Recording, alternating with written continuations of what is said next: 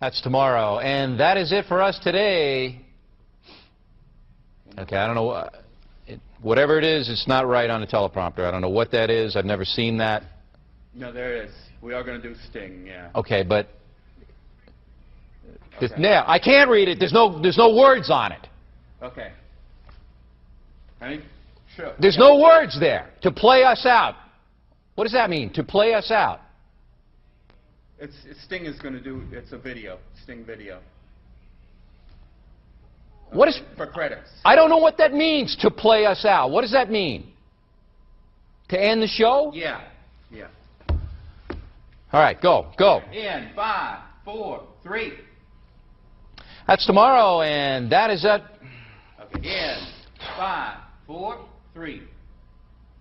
That's tomorrow, and that is it for us today. And we will leave you with a. I can't do it. Okay. We'll do it live. Okay. No. We'll do it live. Fuck it. Do it live. I'll write it, and we'll do it live. Right. Fucking thing sucks. In 5, 4, 3. That's tomorrow, and that is it for us today. I'm Bill O'Reilly. Thanks again for watching. We'll leave you with Sting and a cut off his new album. Take it away. Do it! Just do it! Don't let your dreams do it! Yesterday, just you said do it! So just do it! Make your dreams come true! Just do it! Tú eres tan romántico molestando con una vipa. Me preguntas si te quiero. Yo te digo que no estoy lista y no quiero comenzar. No hay nada que pensar. Yo te dejaré atrás. Mientras gano más y más. No estás en mi nivel y tú no eres obligación. No estás motivada y tú aburres el corazón. Eres un idiota sin inteligencia y razón. Entonces déjame tranquila y te escriba tu canción. Tú eres tan romántico molestando con una vipa. Me preguntas si te quiero. Yo te digo que no estoy lista y no quiero comenzar. No hay nada que pensar. Yo te dejaré atrás. Mientras gano más y más. No estás en mi nivel y tú no eres obligación. No estás tú aburres el corazón. Eres un idiota sin inteligencia y razón. Entonces déjame tranquila mientras escriba tu canción. Estoy aquí a disfrutar. Estoy aquí pero quiero gozar. Si quieres a mí pero vamos a bailar. Cintura a cintura papi tra tra tra. Bailando, gozando y me gusta tomar. Pero no quiero pendejos que no quieren respetar. Déjame pendejo papi ya no más. Déjame pendejo papi ya no más. Estoy aquí a disfrutar. Estoy aquí pero quiero gozar. Si quieres a mí pero vamos a bailar. Cintura a cintura papi tra tra tra. Bailando, gozando y me gusta tomar. Pero no quiero pendejos que no quieren respetar. Déjame pendejo papi ya no más. Déjame pendejo papi ya no más.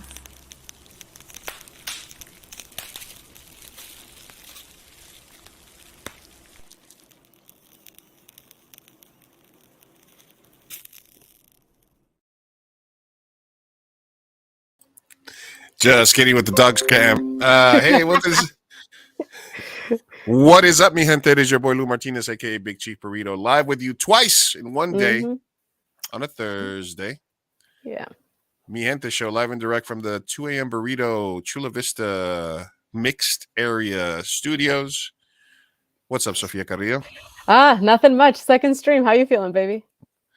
Hey man, this is what we do, you know. Yeah. It's our job. It's what we do. It's Equal Pay for Latinas Day. Did you know Is that? it? No, Yeah. I did not know that. So we just wanted to point out that Sophia and I get exactly the same from the stream. 0. Yeah, it's quite a hefty paycheck for sure. Yeah. But it's equal. Yeah. And I do want to take the time to thank everybody that's been helping Mi Gente Show grow. Listeners on Spotify, Podbean, across the board. We're up to 300 downloads per episode for a new podcast that's very good, that's growing organically. So thank you for everybody that's been watching. listening, watching us record live. If you are tuning in or watching the replay or hearing this, go ahead and give a like to whatever episode you're watching. If you're listening, give us a rating. It helps out the algorithm. And if you're watching live, leave a comment, leave a like, share the stream. It really helps out a ton. And I do appreciate every person that has helped us grow this far. We're also going to be giving away some movie tickets today. Digital Gym, our favorite independent cinema in San Diego, ran by the people who run the San Diego Latino Film Festival. So type Mi Gente in the chat, and later on in the show, we will be doing a free 2 movie tickets to go watch movies in a small independent film cinema downtown San Diego. They got a lot of cool indies, a lot of cool foreign films, and they also play some old school rom-coms. They played Audition, which is an old Japanese movie that I really like. They play a lot of cool stuff. Support indie film, support indie cinema, support the San Diego Latino Film Festival, etc., etc. Yeah. And today's episode is called Charity Begins at Home, and the reason this is more of a San Diego centric episode because we have today somebody who I've known about in the community here in San Diego locally. He works with an organization called Love Thy Neighbor. And as you can see here, we're promoting their Love Thy Neighbor toy drive this Saturday, the 10th, between noon and 5 p.m. You can drop off unwrapped toy benefiting kids throughout San Diego and Tijuana. There is pretty much, there's very few other organizations that I would want to promote vehemently like this locally. He's been doing the rounds on talk shows, KUSI tomorrow morning, so we figured, hey, let's have him on. Let's talk a little bit about it. So thank you very much for joining us. Our guest tonight, Mr. Ruben Torres. Woo! Yes. Thank you. Thanks for having me. Thanks for being on. Yeah. What was that? Hey, what's up, Karina? Mi gente, in the running for some movie tickets. Karina, thank you for joining us today. So let's jump right into it. Love Thy Neighbor, when did it start, and how did you become involved with it, and why is it so important to you, sir? Well, it started in 2010. We're working on a documentary down in Tijuana, and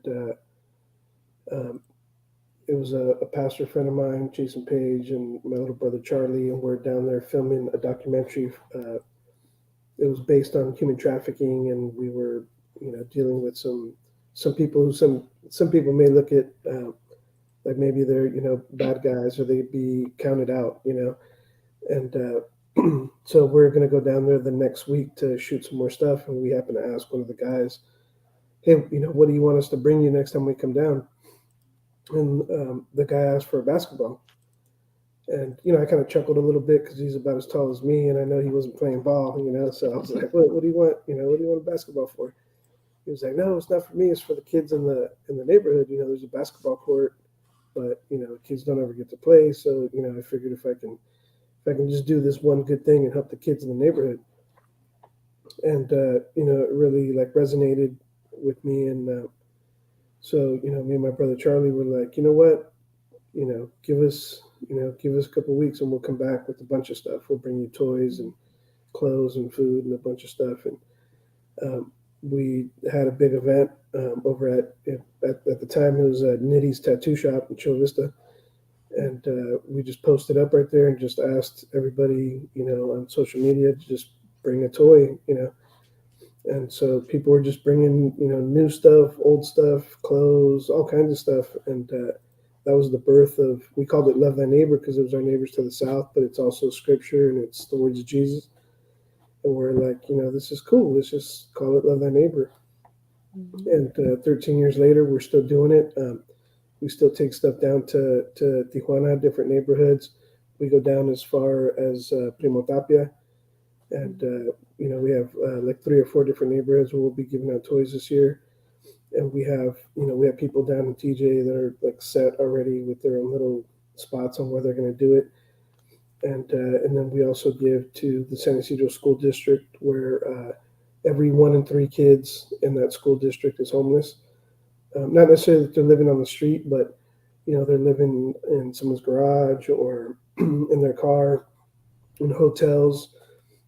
Also, there's in South San Diego over here by the Otay border, there's a lot of junkyards, wrecking yards, and so they end up putting these big like trailers in these wrecking yards and these junkyards, and they rent them out to families. And so there's a huge need sometimes that we don't really see right here in our own backyard. So we've been working pretty close with the San Ysidro School District to make sure we take care of those families. Wow, that's awesome. that's impressive. This, how long have you guys been doing this? Yeah, and I don't know if you mentioned that. I apologize. 13th annual, was it? Yeah, it's the 13th annual. We've been doing it since 2010, and it's evolved into all kinds of stuff. We do, we go into the prisons and we do outreaches in the prisons, and we get to do some creative writing programs and different stuff in the schools. And Lou, as you know, like you came by and you helped out when we had the acting workshop that we did. Mm-hmm. We did a 2-week acting workshop not too long ago with Jose Yenke. And then before that, he came down, he did a week-long workshop. So we promote a lot of the creative arts. So we're trying to do as much as we can to, give, kids in the neighborhood, kids in the community access to creative arts, So we have Beto Perez, which is, he's a DJ on Jammin' 95.7, Rock 105. Him and DJ Ruben C, they put together like a DJ class for us. So, kids were able to come for free and learn how to DJ. We had a friend of ours, Enrique Rivera. We did, art classes. We've been trying to kind of have this. You guys do the lucha. That's why I got the luchador mask on because I know you guys do love thy lucha too, right? Yeah. We did Love Thy Lucha as a fundraiser, just to kind of keep stuff going, So we do, a big event like that, and we have a group called Level Up Wrestling School, and so a lot of the wrestlers there are students. And they bless us with their time, and they come in and they put on this awesome show, and we take all the funds that we get from there, and then we're able to do stuff like what we did with Jose Yenke and put on this, these art programs, and it just kind of like your money just goes right back into doing that, So we just kind of try to keep it, in the South, and try to keep some of the kids busy. We work close with the San Diego Police Department, the Gang Intervention Unit.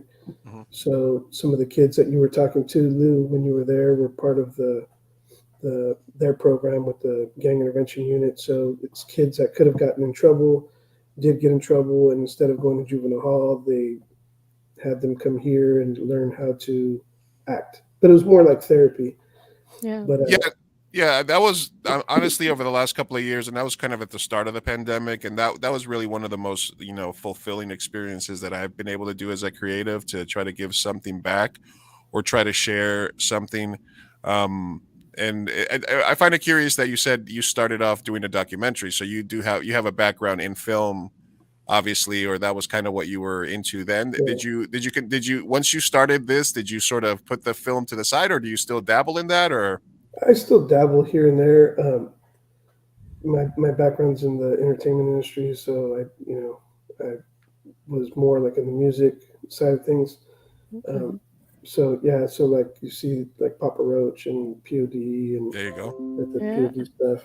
So those are projects that I worked on, and so like my background came out of the music industry, and then I started doing some film work, and then through all that, it was like, well, as you gain influence in the industry, you're like, well, what are you going to do with your influence, And so I decided to put it towards giving back to the community. Yeah, absolutely. And thanks for everybody that's stopping by. Def Kiss says hello. He says lots of respect and honor, sir. Mm-hmm. Thank you for stopping by. Kirk says that's awesome. And thank you everybody that's tuned in. We're going to share the page here in a second. One of the easiest ways that you guys can donate to whatever charity you guys want to do is through Amazon. I know that I support the San Diego Latino Film Festival, MAC Center, because they are a nonprofit. All you have to do is go to your Amazon account and add their nonprofit number to your Amazon account, and Amazon will automatically send them like 1% of what you spend. I know it's not really a lot, but I know that every year automatically, and it doesn't cost me a cent, Amazon sends the Latino Film Festival a couple of $100 based off just the purchases that I make. So there are a lot of ways that you can passively help charities out, sharing events, donating your time. There's something that you can do, or that you're an expert, or that you know a lot about, that you can help.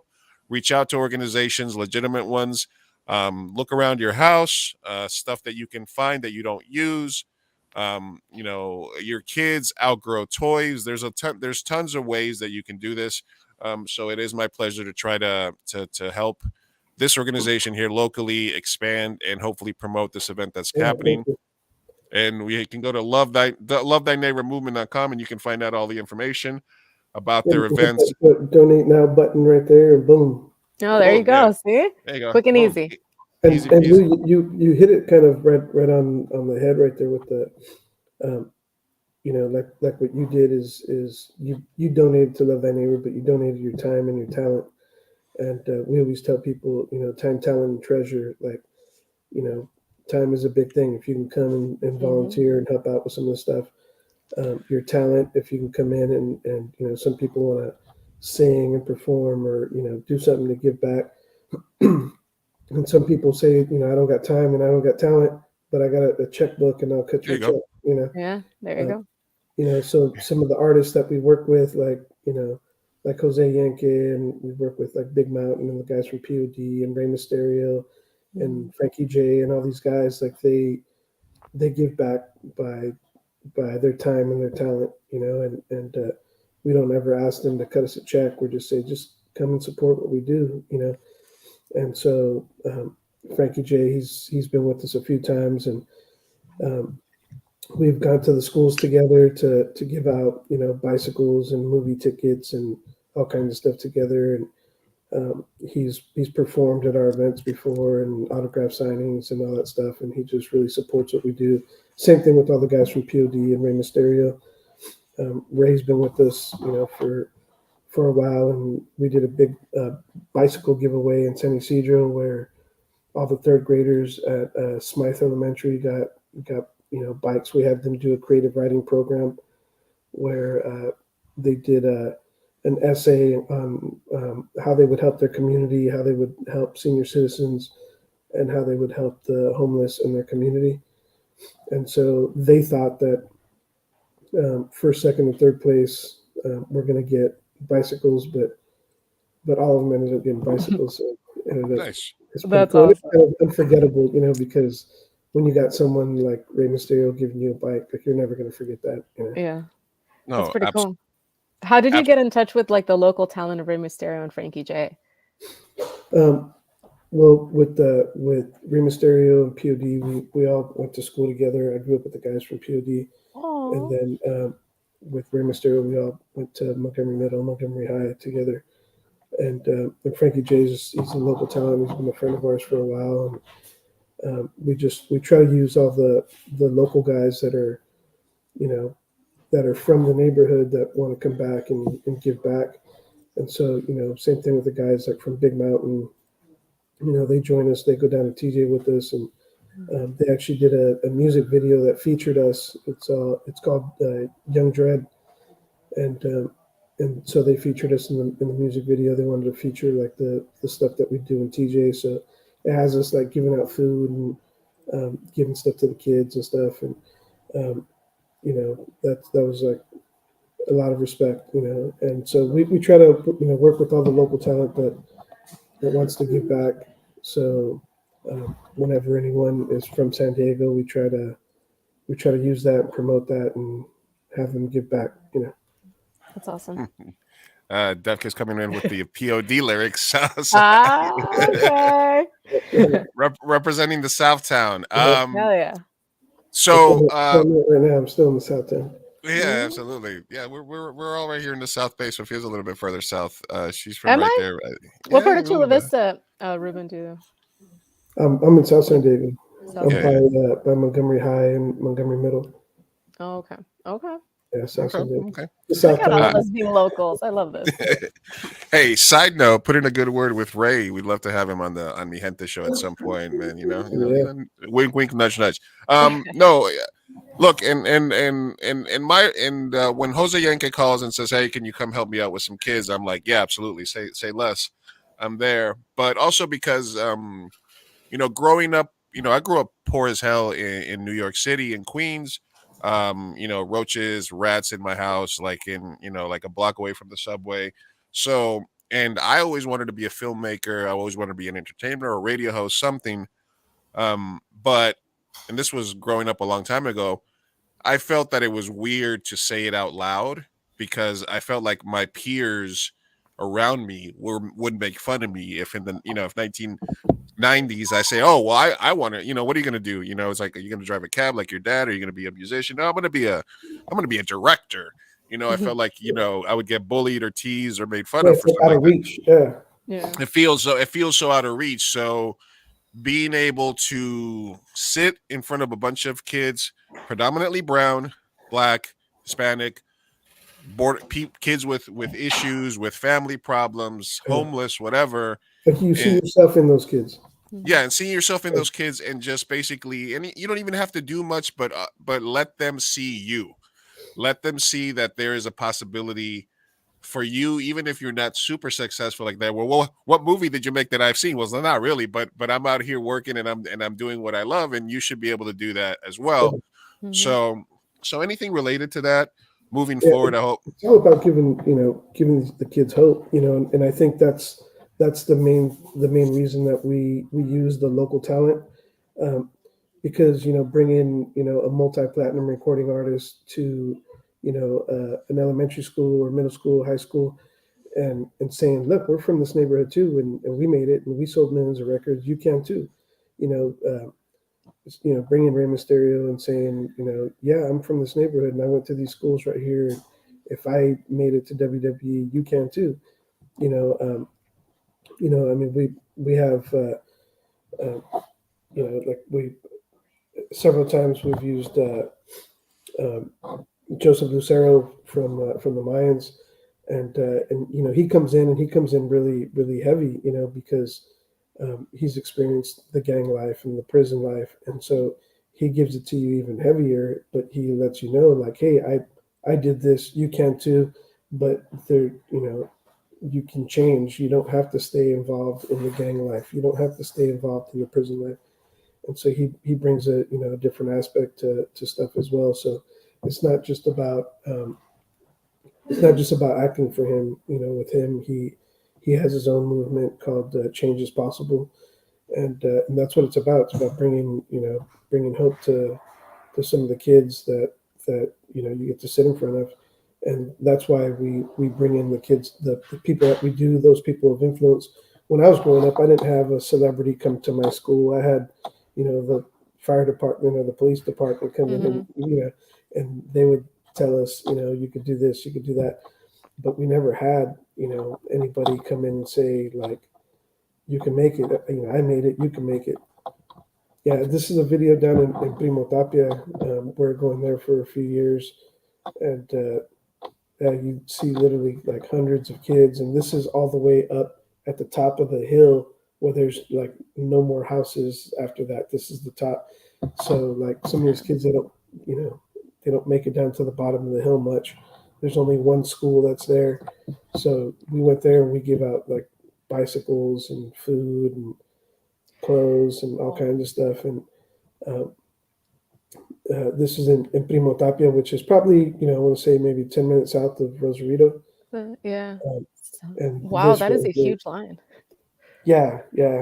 And yeah, we've been able to experience lines like that. And it's a trip because sometimes, like, when we pull up and we see kids already waiting in line, you kind of get that, like, that feeling in your stomach, like, oh man, I hope they have enough toys, and yeah, every single time that we've been there, every single kid has gotten a toy. So, there hasn't been a kid that walks away and hasn't, gotten something. So, we've seen some miraculous stuff happen, because there was a time where we didn't have anything, and we were kind of freaking out. We're looking everywhere, like, man, there's still kids here, and we don't have any more toys. Oh. And then we looked under, and we found a trash bag. We looked under one of the tables, we found a trash bag, and we're like, still, this isn't going to be enough, And then, we turn it upside down. We start emptying it, and just so many toys were flowing out. And we were calling it like our loaves and fishes moment, when Jesus was feeding the 5,000, and it was just kind of overflowing. We're like, wow, like we're watching a miracle, and everybody got something, So it's been a huge blessing. And just know, all those toys that you see, they're all from the community. So it's not like Love Thy Neighbor is going out and like, we're buying a bunch of toys. It's like the community is coming together every year for the past 13 years to give us these toys to take directly down to Tijuana or here in San Isidro.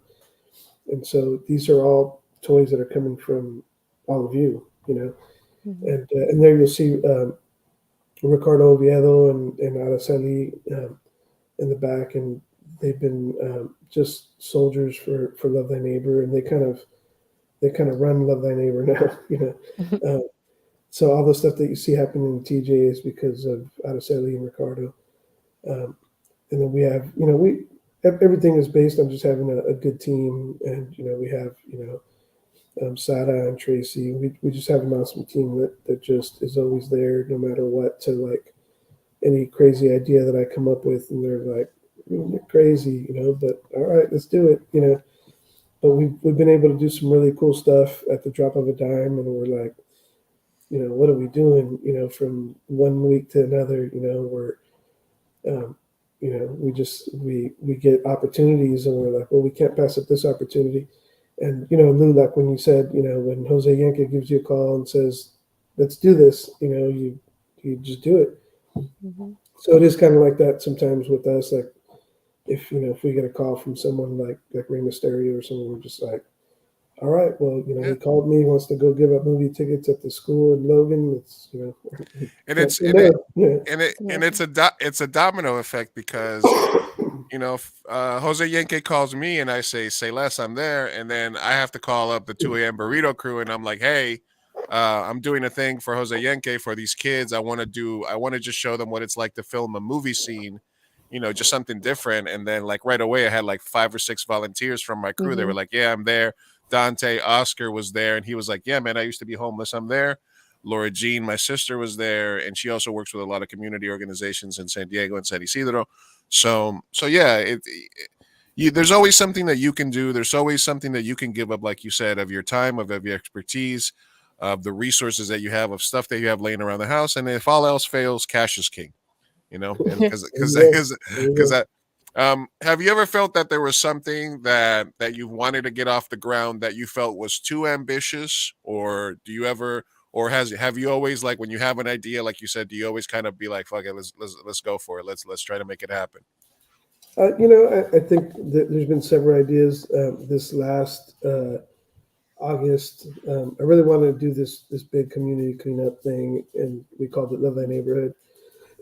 And we got a bunch of the churches together and a bunch of the different groups in South San Diego, and I was just like, we didn't have a budget, we didn't have any money, we just were like, you know what, I just really want to do this, and I just jumped on it, and everybody was like, what are you doing? This is crazy. But we got a bunch of people together, and we did a huge community cleanup. We cleaned up Palm Avenue, cleaned up Montgomery High School, cleaned up San Isidro High School.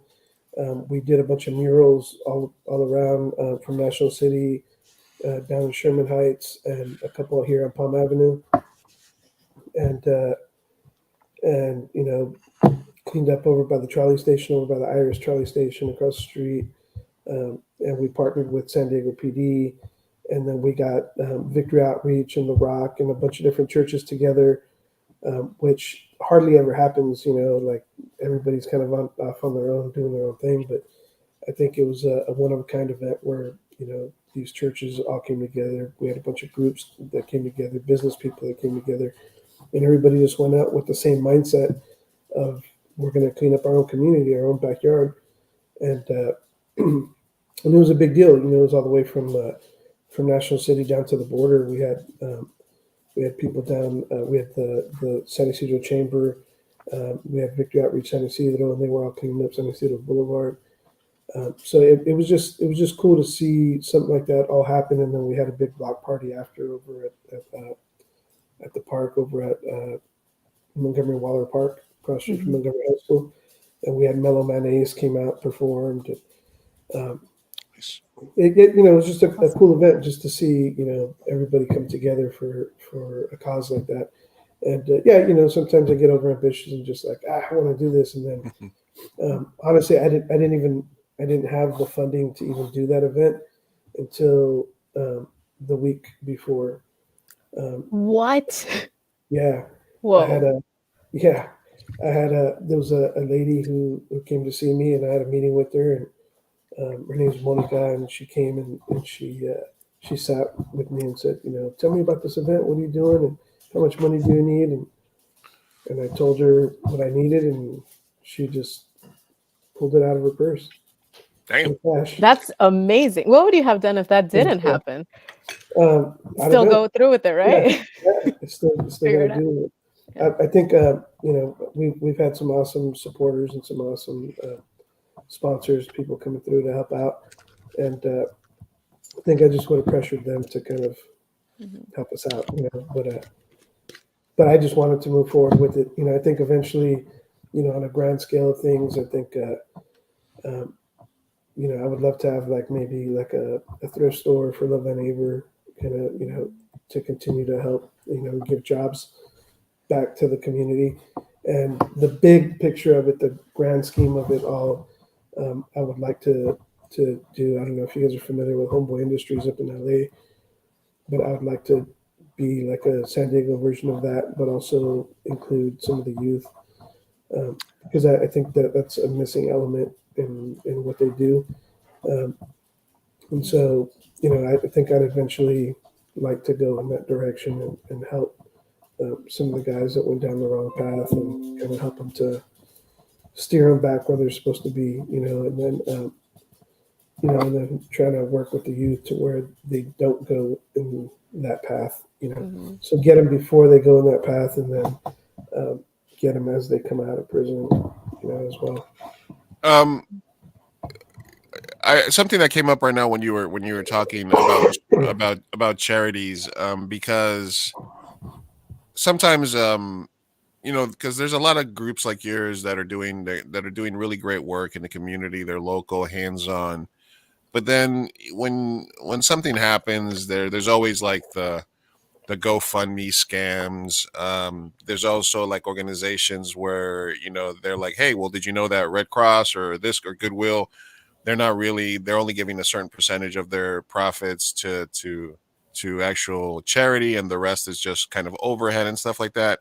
When somebody is deciding where to spend their time and spend their money, what are things that they can look for in an organization to make sure that it's legitimate and that what they're putting in is actually going to go into the hands of the people that it's most needed? I would say I would invite them to come out to be a part of what we're doing, and we always do. We always, because we could always use more hands, but I always invite volunteers or anybody that's interested in wanting to help out to come and be a part of what we're doing, first, and kind of see it hands-on. We've been doing it for 13 years, so it's not like it's a new thing, we don't have a rich uncle that's cutting us checks, we don't have a church that's cutting us checks. We don't get grants. We don't have a grant writer on board. So everything that people give, it goes back to what we're doing. We have a couple small offices in Chula Vista, and then we have a storage space where we keep donations, and then our insurances and that kind of stuff. And that's mainly what we what we fundraise for, so that we can keep all that stuff going. But we don't pay ourselves. We don't. There just isn't that funding to. I mean, I wish I could, Right. but we don't pay ourselves. I wish I can pay Araceli and Ricardo for they're just the biggest soldiers for what we do with Love Thy Neighbor, and I wish I can take care of them. It's just not it's just not there yet. So I think 2023 is a big it's going to be a big focus for me to really go out and like try to get grant writers and try to get that funding. But I would say if you're going to give to someone, an organization, spend some time with them and do some research and see if that's something you want to get involved in. If it's something like we just got a check from another organization. It's a ladies group here in Chula Vista that cut us a check, but they wanted to stay in the South. So they were like, we know you guys do stuff in TJ and all that, and that's cool too, but we want this funding to go towards something that you're going to do in South San Diego. And so we're like, okay, cool. So we haven't even really put it in the account yet, because we're like, we don't want to get mixed up with any of the toy drive stuff. But they all kind of do their research and they figure out who they want to give to and towards what project. We've had people say, hey, we're gonna give, but it needs to go towards this. And we're just, all right, cool, and we go and we do that. Whatever. So whatever works. Sometimes there's certain programs that we do that some people believe in. They want us to move forward with that. But definitely, spend some time with that group. If you're gonna check it out, go see the work. Go see the work yourself and see for yourselves. Shout out Keithan, checking in. The Kid in You Never Dies, local artist, Comic-Con artist, just coming back from Comic-Con LA. Says I'm about to donate now. Thank you very much, Keithan, for watching the stream. Thank you. Hey, Keithan, go ahead and drop the what was I going to say? Go ahead and drop the. Thank you, Keithan. Yes, he did donate. That's awesome. Nice, came through. Go ahead and type Mi Gente in the chat. We're going to give away some movie tickets to the Digital Gym downtown San Diego. Hashtag Mi Gente. We'll draw some tickets. Thank you, everybody that's tuning in, etc. So, hey, we got a good donation in. And moving forward, Ruben, as far as myself goes, whatever Jose is doing, I'll help out with. And if you need, I know if Jose is involved, just come in. I was like, come whenever. I want to do the cleanup. That's what I want to do. What I'm saying is, beyond whatever Jose is involved with, I'm also involved. I know you're a film guy, but if you need any editing work, or if maybe you want to get some of the kids that are into like movies and stuff, and maybe we can do some PSAs or some stuff. Do that. Let me know, and I would love to continue to be involved, and we'll continue to promote the organization here on the stream as much as we can. If you want to take a crew down to Tijuana so you can see it firsthand and film, the team down there giving the toys out to the kids, that's the biggest. You guys are invited. That's the you can ask Araceli and Ricardo. Like that's the biggest payout for the year. So all the hard work that you put in through the year, we're moving boxes and moving storage stuff and delivering stuff and doing all that stuff. But when you give a toy to a kid and you see that smile and that kid just wants to hug you, that's the big payoff right there. That's like, oh man, this is what all year long we waited for. And then you get to do this for this child. And it means a lot. But if you guys want to go down and experience that, they're going to give out the toys December 17th down in Tijuana. Bring a film crew and shoot some stuff and see it firsthand. We're trying to get some people down there. Yeah, we gotta. We've been to the orphanages, we've done the shelters, we've done all that stuff. We stopped doing the shelters and orphanages because during Christmas time it's really oversaturated. So there's a lot of people kind of overlapping and doing the same thing. So we just decided to find, neighborhoods that are in need, and we just go directly to the neighborhoods and we just go straight there and just, all right, kind of put the word out beforehand and everyone just creates so by the time we get there, there's already a line They're already ready already. Yeah, yeah, and it's a beautiful thing. So, I know it's short notice, but I'm saying, come down and experience it. It'd be great to have you guys down there. Look, absolutely. We worst case scenario, if you guys, if we can find somebody to go down there and get some footage, I'd love to put it together for you guys, help you in any way that I can. Just because of our tight schedules up here with production and stuff like that. But I'm definitely, anything on this side is probably a little bit easier for myself at least. But anything that we can do from a production standpoint, editing wise, or getting some of the kids involved in some movie making or creating some PSAs for stuff, definitely we can talk offline and get it going.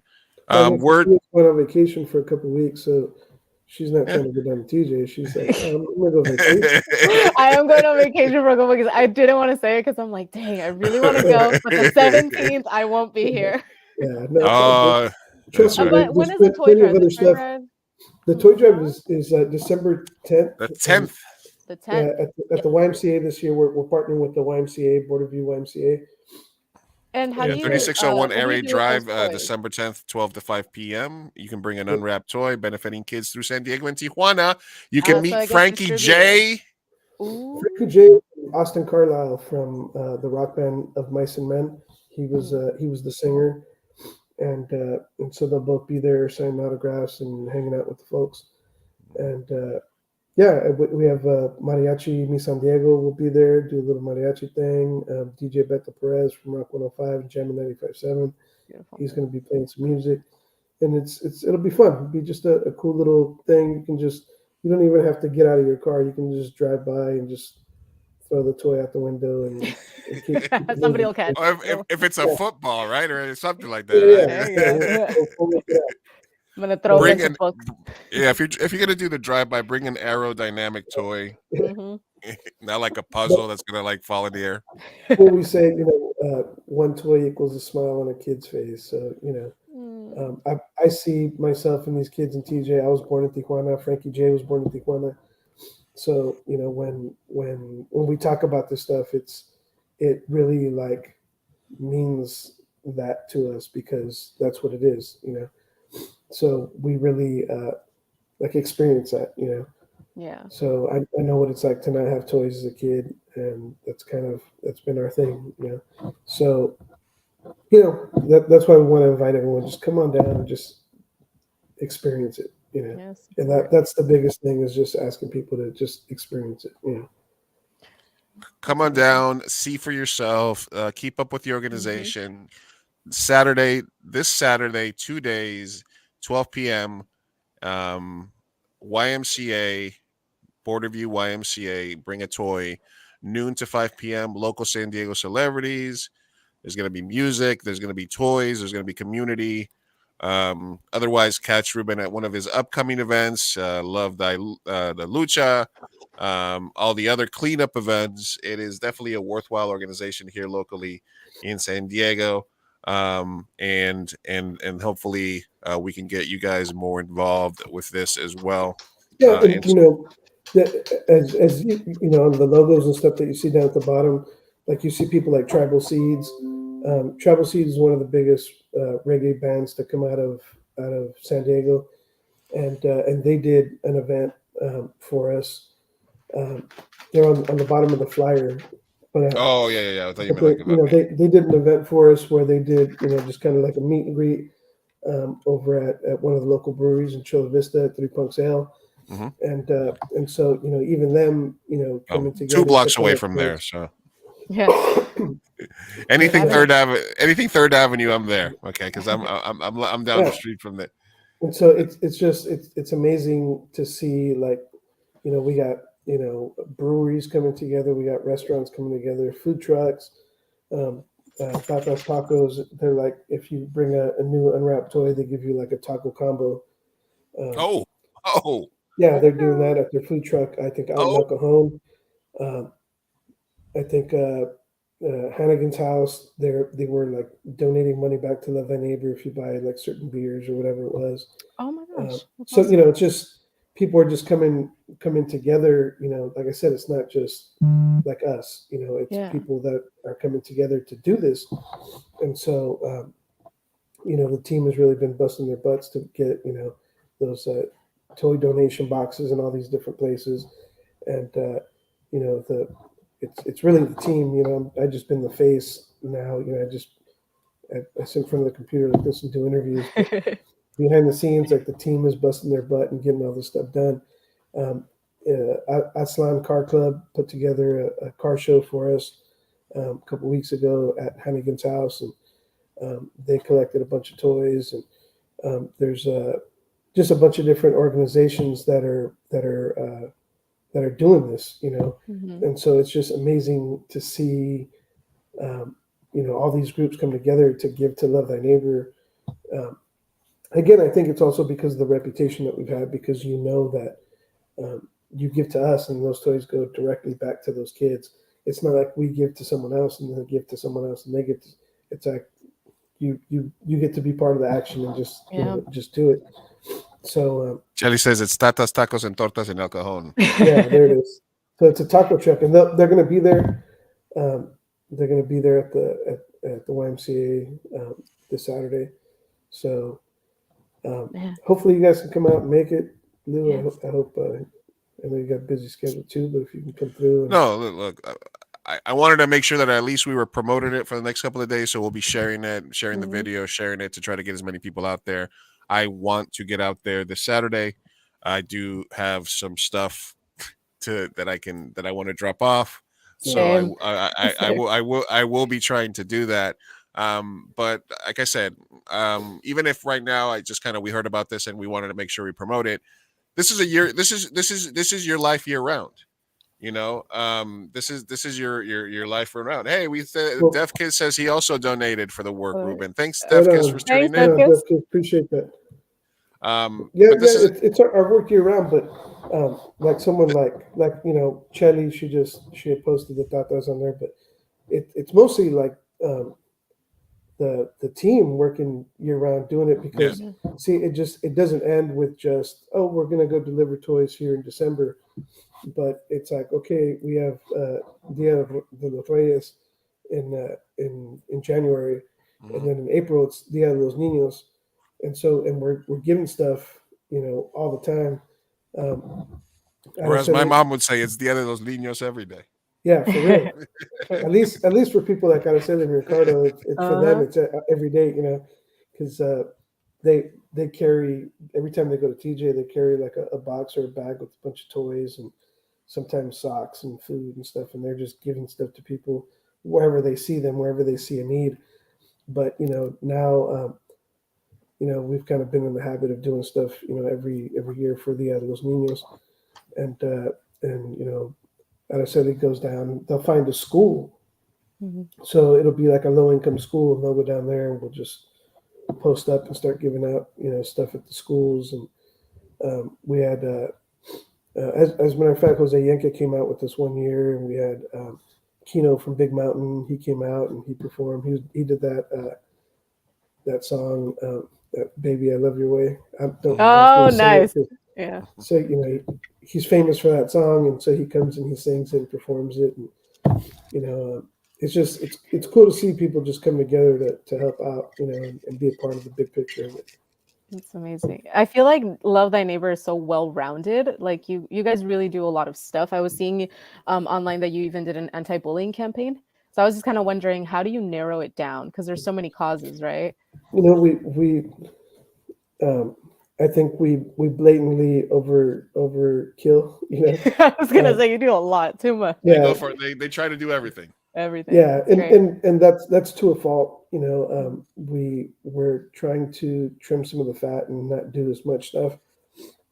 You know, the team, they just have such big hearts where, you know, it's hard for us to say no to stuff sometimes. You know, when people ask us to do stuff, it's hard for us to say no, because anytime it's about helping, like the team just wants to jump in and help. You know, but yeah, I think this year coming up, we're gonna have to kind of trim the fat and do less. You know, we've been really concentrating on the youth and the creative arts programs. So I think we're just gonna stick to that lane, just because there's so many people doing so many other stuff to where you know, we don't want to oversaturate, and it's something that we know what to do. We know a bunch of creatives, and it's stuff that we know that we can do, and might as well just stick to what we know.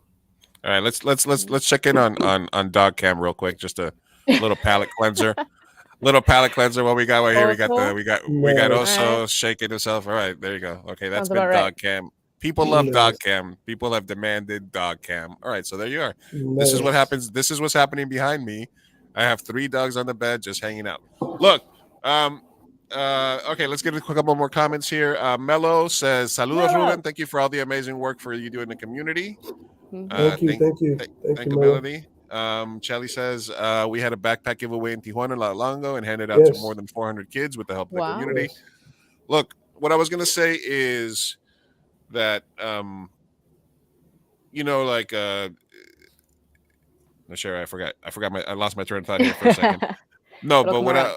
it'll come around. But what I was going to say is that, you have to pick your spots, so to speak. Like, sometimes they're like, people, and look, we live in a time when people will go buy like 500 Egg McMuffins and then film themselves giving it away to homeless people, or where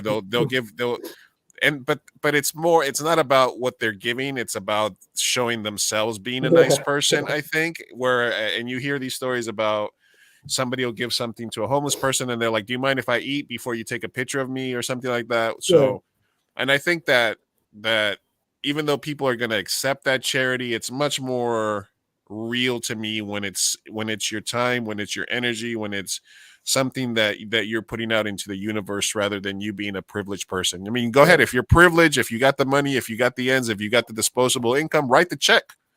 Yeah. Please. But, like, for example, there's a lot of people that go give sandwiches to the homeless people. There's a lot of people, you got to pick a niche, pick a disappropriately affected, marginalized group. I focus on, I care about old people and I care about dogs because I know that people like you are out there trying to take care of kids and stuff like that. Yeah, you don't want to oversaturate stuff. Yeah, each just pick a lane and just help. We're in a big word. This is a little early for me to get existential, but we're on a giant rock moving through space. Oh my God. You can't fix everything. Pick a small part of your community, pick something that you can focus on and try to help. Little micro moves, small help, helping one person, helping one group of people incrementally will help the world, right? Well, all of us, Sophia and Lou, like we're all South Bay representatives, right? We all live in the South Bay, so we are very fortunate enough. What's up, Richard?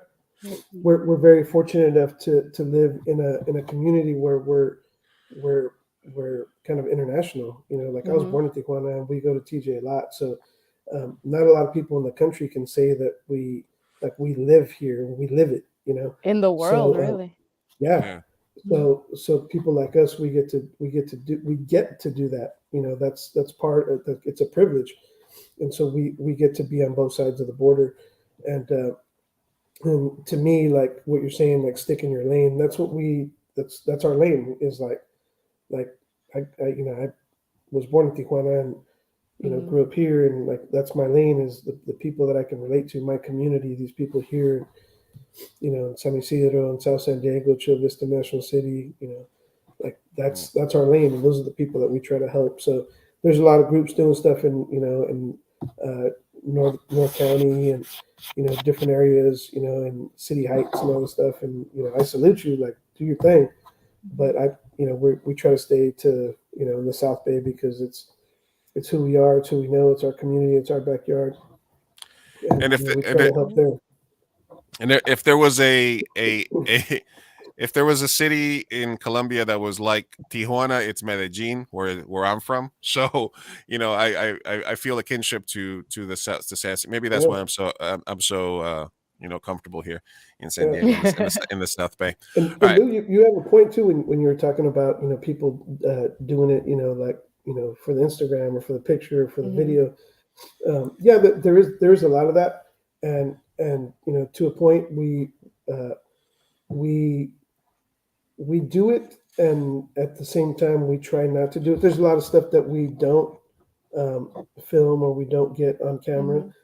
But honestly, like we live in a visual society now, and people want to see what you're doing. What did you do with the toys I gave you? Yeah. Well, here, check Yeah. out this video. You can Yeah. see your toys going into the hands of these kids.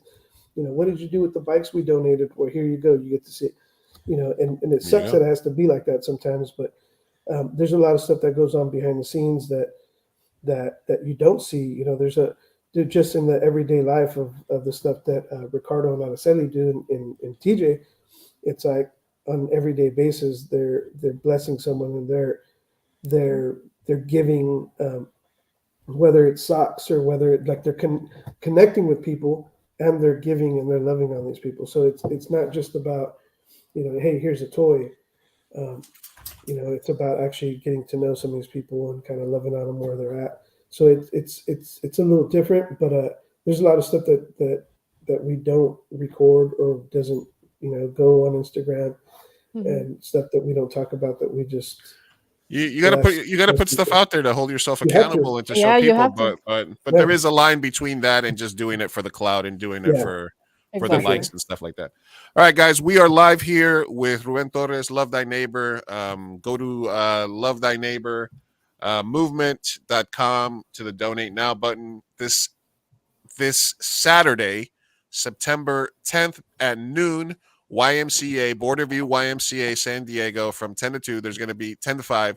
There's going to be music. There's going to be DJs, local celebrities, community. Drive by, slow down, throw a toy out the window, stop and say hi. Get involved with Love Thy Neighbor organization for year round. I'm ecstatic that we got some of our viewers to donate today. Yes, thank you.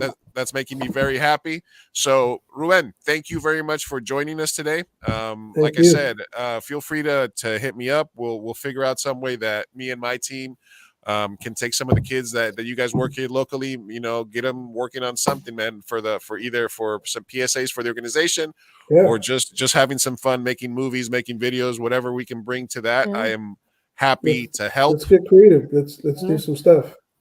Yeah, and if I can't make it down there, if you guys get some footage while you're down there, figure out a way to get it to me, and I'll help. Just so you don't have to spend your time with it, I can help you guys out, putting some videos together, edit some stuff for you, whatever you guys need. You know, we have a bunch of stuff on our phones. Araceli was just telling me There she you has go. Yeah. 15,000 photos on her. Yeah, if you guys, put that shit on a Google Drive and send it to me, and I'll try to put something together for you guys. I mean, I'm trying to do like I said, incremental things. The least that I can do, even though I'm busy. Promoting that means a lot. helping you That's a guys big out, deal. and we will continue to promote you guys on future streams. Love Thy Neighbor, Absolutely. LoveThyNeighborMovement.com. Ruben, thank you again for stopping by. Yeah, Good thank you luck so on much, Saturday. Ruben. Thank you guys. We'll see you guys on Saturday, hopefully. Hopefully, we see you guys on Saturday, 17th. Yeah, you could bring the Deadpool and the tortilla blanket. Oh, this one, yeah. You want to take this? Yeah. All right, I'll think about it. They're kind of my staple, Ruben. I don't know. That's all right. Yeah, That's all right. You don't need it. Too. You can bring the minions and all those. Oh yeah, we got Ah, mini. there Look, you I go, got all the Funkos. look. There's so many What Funkos you got in behind those them. Funkos? Let's see what Yeah, you got. No, I got some good. I got like Cheech and Chong. I got Chespirito. I got a bunch. Nice. Chespirito's Trust me. perfect for kids. Yeah. Half the Funkos are going in the bag and going there for the 10th. All right, we're gonna. I might end up keeping those.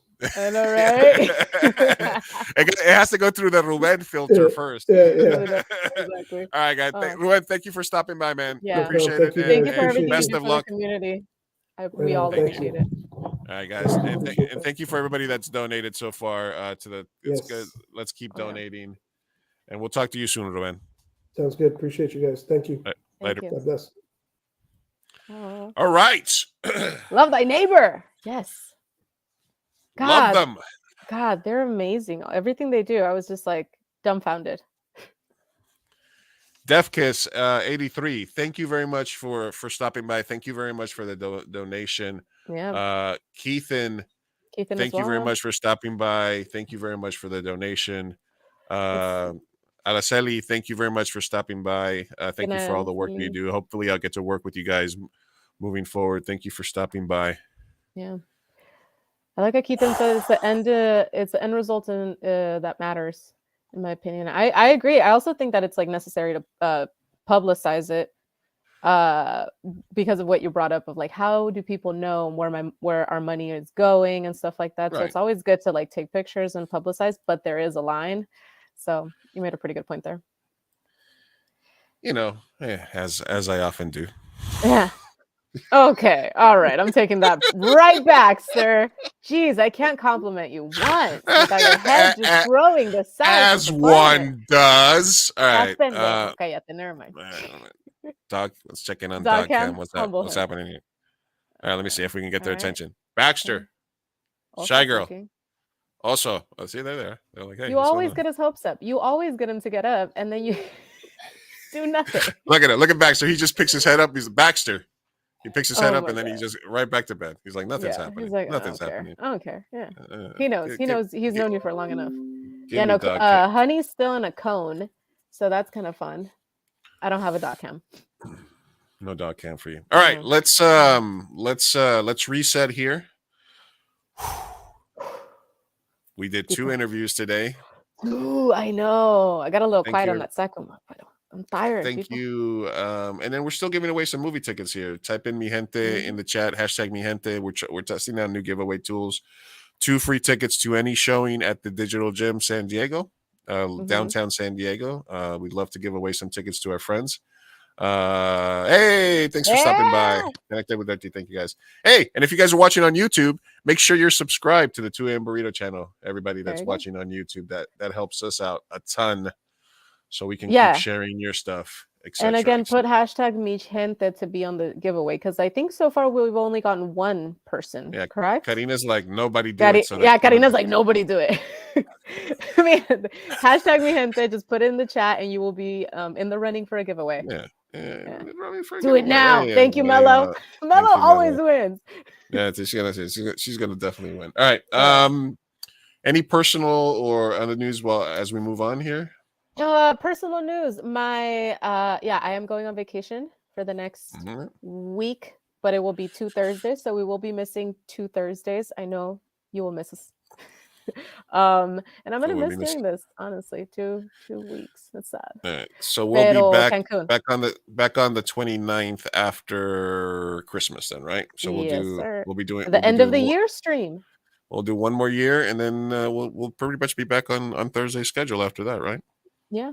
For January. Big end of the year stream. Tune in for that one. We're gonna go over everything that went on this year, which was a lot. We should. All right. Good. What about you? Personal news. Sad news today. I got a confirmation that my favorite non-sugary soft drink has stopped production. No. No. So BAI is a company and they made this bomb ass it's only like 5 calories, 1 gram of sugar by Bubbles. They had some awesome flavors, Bogota blackberry. They had a blood orange one, and they were like, since I was diabetic, they were like my absolute favorite #1 drink. Like I could drink these all day instead of soda. And they were on Amazon and they were kind of expensive. They were like $20 for like a 12 pack, but they were really so fucking good. And they were like the perfect soda replacement. They stopped showing up on Amazon all of a sudden. And then now you can get them they're charging $9 for 1 can because they stopped production on them. And I finally reached out to the company on Twitter and they sent me back a message and they said that they're done producing them. And if you look at their pages, so I'm trying to publicly shame Buy Bubbles and say, you gotta start making this shit again because this is the absolute best drink for diabetics ever. All right. Ever. That's going to be our new cause. So Buy Bubbles, we need to bring it back. We need to start the ground root effort to get you guys to start producing these drinks again. So so that's my sad personal news. Yes. And I haven't had it in a while, so I've sort of gotten used to it, but I'm like, they'll come back. They'll come back. Is it okay? Is it the flavor or what is it compared to LaCroix? Because I love LaCroix. LaCroix it feels like a seltzer bottle just drove by where some strawberries were hanging out, right? It's kind of like it kind of waft. Yeah. It wafted on there. Uh-huh. No, this was like actually legit good soda replacement. It was sweet enough that you liked it, but it didn't have a ton of sugar. So That was definitely my favorite. Bring it back. Bring it back. Bring it back. We got 2 entries so far, mi gente. Hey, Junkie says, what's up? Junkie's Barbarossa, whatever. Okay. Mi gente in the chat for that. Other than that, we're going to be gone for a couple of weeks. Let's just cover a couple of quick things that we have here before we let everybody go, and then we'll be out of your way. If anybody has anything they want to talk about, just put it in the chat. But I will say we're going to be gone for 2 weeks, but we're still going to be uploading. There's quite a bit of streams that we still need to upload to the other platforms, right? Like Spotify, Apple, and all that stuff. So is it still going to be 1 upload a week? We did 2 streams today. We did 2 streams today. So, but the thing of it is, this one is not going to be. Well, you know what? Honestly, even without the toy drive, it's still relevant to talk about the organization. Yeah. So I think we can still upload it, because I think, even if people can't get there, they can still donate, and they can still sort of get involved with it later on. Yeah, they can follow social medias and see other upcoming events. So we're still going to be uploading to Spotify. What do you want, dog? We're still going to be uploading to. What do you? What? Go. Also, being also supposed. What? He's like, why are you talking? Why are you talking to yourself? I'm not talking to myself. I'm talking to like 8 people here. All right. But yeah, so we'll still be releasing that. All right. Oh yeah, good question here. Keithan, let's start off with that. All right, I'm gonna open the door for this door, but I'm gonna let you answer this question, Sophia. Sure. What's your favorite Christmas movie? Let's get your answer. And I'll get mine. Listen, okay. I don't cancel me. I don't have one. I'm not a huge Christmas person. I will say, if I had to pick, I'm in love with Elf. I do love watching Elf, and I watched it for the first time like 2 years ago. So still very obsessed with it. I know I'm missing a lot. There's a lot more that I've watched, but I can't think of any right now. As a child, I used to love Unaccompanied Minors. That's technically a Christmas film. Used to be a favorite. But yeah, I'm more of a Halloween person, personally. Elf is great, right? Yeah. He agrees. Is that your favorite? Elf is your favorite? I just had to choose one, and I think that's like the freshest one in my brain. I'm not a big Christmas person, is what I'm saying. Does Trading Places? Here, I'll show you guys why it's my favorite. Hold on. Okay. Trading Places. Am I just like the worst movie viewer time? Because I don't think I've watched it. Trading Places. Googles it. Oh, okay. I think I watched it when I was younger. Is that a Christmas movie though? Is it? Somebody vote. Nothing Like The Holidays is one of my favorite. Ooh, okay. I'll have to Google that one and watch it as well. What about those? There was those films, right? Like, oh no, that was Valentine's Day and New Year's Eve. I don't think there was a Christmas one made out of that one. Let's see. No. What are some Christmas movies? I'm like blanking in all Christmas movies, and I swear I've watched. I just knocked over a bunch of stuff. I just knocked over a bunch of stuff trying to. Well, Trading Places takes place at I guess Die Hard. Trading Places takes place during Christmas, and there's that scene where he's in a Santa suit and he's eating a piece of salmon on the bus, and it's getting like it's all mixed up with his beard. I have a pop of that scene from that movie, but I can't. I have so many of these fuckers that I can't find out. I will allow it then. Yes. So I love that. Die Hard, Trading Places can work. Classic Eddie Murphy. Yeah, absolutely. Nothing Like the Holidays. Oh yeah, I was gonna do that one. Nothing Like the Holidays. Home Alone, obviously. Yeah, that one's a classic. Do you think that there's a difference between the definition of what a Christmas movie is versus a movie? Because basically people, the argument with Die Hard is it takes place during Christmas, but it doesn't have the elements of a Christmas movie.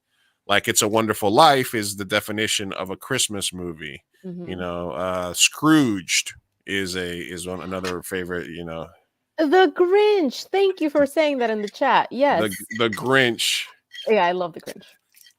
the Grinch, etc. Things like that. Those have more, but like A Nightmare Before Christmas is like Technically, yeah. a Halloween Christmas movie. I do always get very confused. Is that technically a Christmas movie or a Right. Halloween movie? So that's a good question. For Chat vote, please. is there a difference between a Christmas movie and a Yeah. movie that takes place during Christmas? I say yes. Like- I vote yes. There's a difference. By that definition, then you would be like, oh, Die Hard's not really a Christmas movie. It's an action Mhm. movie that takes place during Christmas. You can almost say the same thing about Home Alone. It's kind of like a movie that takes, but it is that That's one is kind of true. more borderline, Yeah, because it has snow and it has all the Christmassy things. There's lights. I don't So know. is Reindeer Game. They're like the Grinch, and so yeah. I do you have? Well, let me ask you this: do you have any Christmas traditions for you or for anybody else in the chat? Do I have any? Nothing out of the ordinary. When we were kids, we would go get the tree and decorate it. My mom recently started a tradition this year, which is the day after Thanksgiving, we go over to her house because she lives with her husband. And she just wants the whole family to go and decorate the tree together. So I think we're gonna do that moving forward. It's kind of nice. What about you? No, my Christmas traditions. My dad was atheist. And my mom and their family, they were religious, but we moved around. I never really had. Growing up, I was never really in one place from year to year. I moved around so much when I was young that I was never in the same place. So there was never like traditions. I would go to friends' houses mostly for Thanksgiving and Christmas. So I kind of would latch on to their traditions, but I haven't put up a Christmas tree in like 20 years or anything like that. I don't have it. I give my people their presents early. Ah. And then just kind of go from there. So I mean, I would argue that most people that celebrate Christmas are not actual Christians. Like, it's just one of those things that you do for vibes and the season, and you're like, let's get a tree. yeah, We don't really do any Jesus stuff. Leaving the tree up for the month. Yes, Stefkus, yes. Mello says a Christmas movie is whatever makes you get into the holiday I spirit. like that. I like that viewpoint. Yeah. Edward Scissorhands is a Christmas Fellow as a Nightmare Before Christmas. Edward Scissorhands is one of my favorite movies of all time. Mello, yeah, check out Mello. She's working on a 263-foot mural for City House. Whoa, Community okay. mural. If we're in the spirit of giving, artist, check it out. Yeah, I've seen it. I've seen some of the progress. It's good thing. You gotta make a movie called Drunk Uncle Xmas. The QAnon uncle. Oh my god. You had to get political. QAnon uncle for Christmas. Well, now with the Yadolf, not Christmas. All right. So Brittany Greer got released. Yeah, I saw that. She's coming back. She's But coming man, back. How long has it been? I feel like it's been almost 292 days. Fuck, that's tragic. So what's interesting to me is just kind of seeing the reaction of the radical Let's Go Brandon crowd, because Brittany is a like 6'9" black lesbian, right? And she goes to Russia because the WNBA doesn't pay that much. She goes there, as a lot of WNBA and NBA players go, because they have a league and they pay them better than they pay them in the US. She takes and as I sit here in my privileged California legal state, she takes 2 marijuana vapes with her, which she had done in the past. And she gets a 9-year prison sentence for smuggling drugs. And if you get caught with weed in Russia, you can get at the max a 15-day sentence, which most of the time they don't enforce, and you just pay a fine, et cetera, et cetera. Yeah. So, but if you hear anybody that's, right-wing talk about it, it's like, how dare we exchange a war criminal for a drug smuggler that hates America, and she knelt before the national anthem, and Britney is an activist, right? Yeah. So the right is currently mad, if I'm getting this correct, because President Biden did an exchange. And if you remember the Nicolas Cage movie, God of War, it was about this guy who is a Russian arms dealer who got caught in the U.S. and they put him in jail. The reason he got put in jail was not because he was a terrorist or an arms dealer. It was because he was taking away business from the CIA. He was the competition. So the U.S. arrested him. And he's been in jail. He was going to get out in a couple of years. Brittany got a 9-year sentence, and they negotiated, and they got her out versus releasing him. They're very mad right now that President Biden didn't get there's a guy called Paul Whelan, who is an ex-Marine. So a lot of the posts that you're seeing is, like, it's a lot of happy she's free, but there's also a lot of stuff that was like, why did the president leave a Marine behind enemy lines and instead brought somebody home that hates America? Okay. Right. It's ridiculous. It's ridiculous. The fact of the matter is, the other guy that they're all in uproar about was arrested in 2018. Who was president in 2018? Was it Obama? No, was that Trump? Was it Trump? That was Trump. That's Trump. Yeah. Jeez. So Trump was president for 2 years while this guy Paul was locked up in Russia. Didn't do shit. He released 5,000 Taliban fighters, but he couldn't get this one guy out of Russia, even though he's Putin's best friend, right? Yeah. So you can't say shit there because your president had 2 years to get them out. He didn't. You can't now get mad because Biden didn't get them out. Also, Paul Whelan, who was an ex-Marine, was a CIA asset, got caught in Russia with $80,000. He said he was there for a wedding. And of course, every time I go to a wedding in Russia, I take 80 grand. Yeah. Got caught in a hotel room with a Russian asset, and he had a collection of various passports, which means he was a spy. If you go to Russia under espionage and you are a spy, they're going to lock you up. There is no equivalency to saying we should have taken the spy instead of the WNBA basketball player, right? Well, yeah. So this is a very clear-cut example of the hypocrisy here in play, in as much as there was somebody who was a prisoner when Trump was president. He didn't get him out, but now Biden is the bad guy because he didn't get him out. And how dare you rescue an American black woman instead of a CIA spy? I just thought it was kind of interesting how it's being framed, and they're losing. So the family, and even the family of Paul Whelan, applauded president, saying, hey, it's success, it's the right decision. Russia was never going to let Paul Whelan go.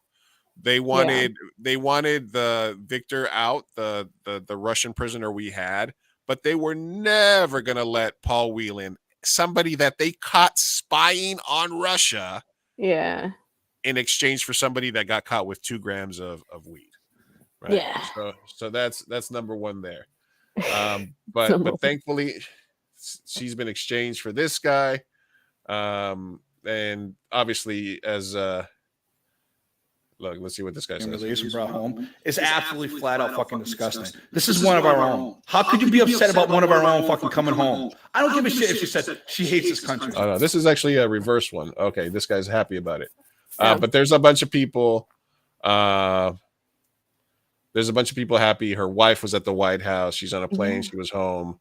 So welcome home, Brittany. Yeah. I don't know how people could be upset over this. It's like almost a year away from your wife and kids.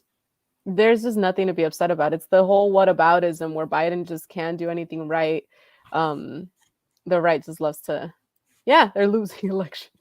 They just love to knock everything that he does, whether it's positive or negative. They always see it as a negative regardless. So it's optics that Putin is worried about. He'll let Whelan out eventually. It's definitely that, but he's what were they calling him? A passport enthusiast.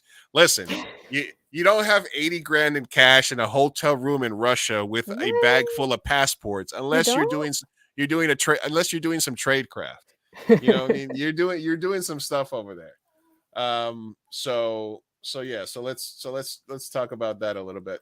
Let me see what else we had. All right, so there was a attempted coup in Germany. What?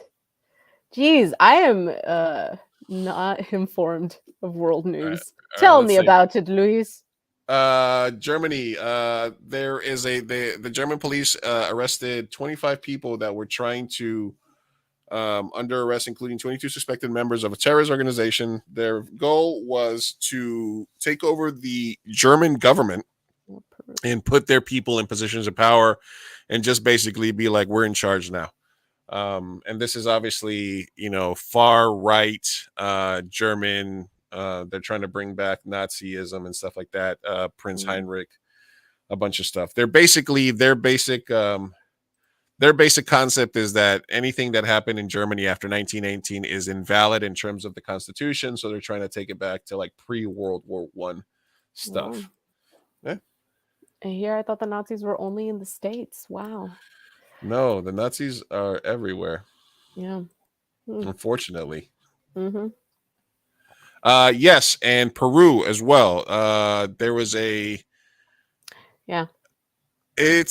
don't have all the story. We can probably cover this a little bit more after we come back. But basically, leftist president elected by 51% in Peru.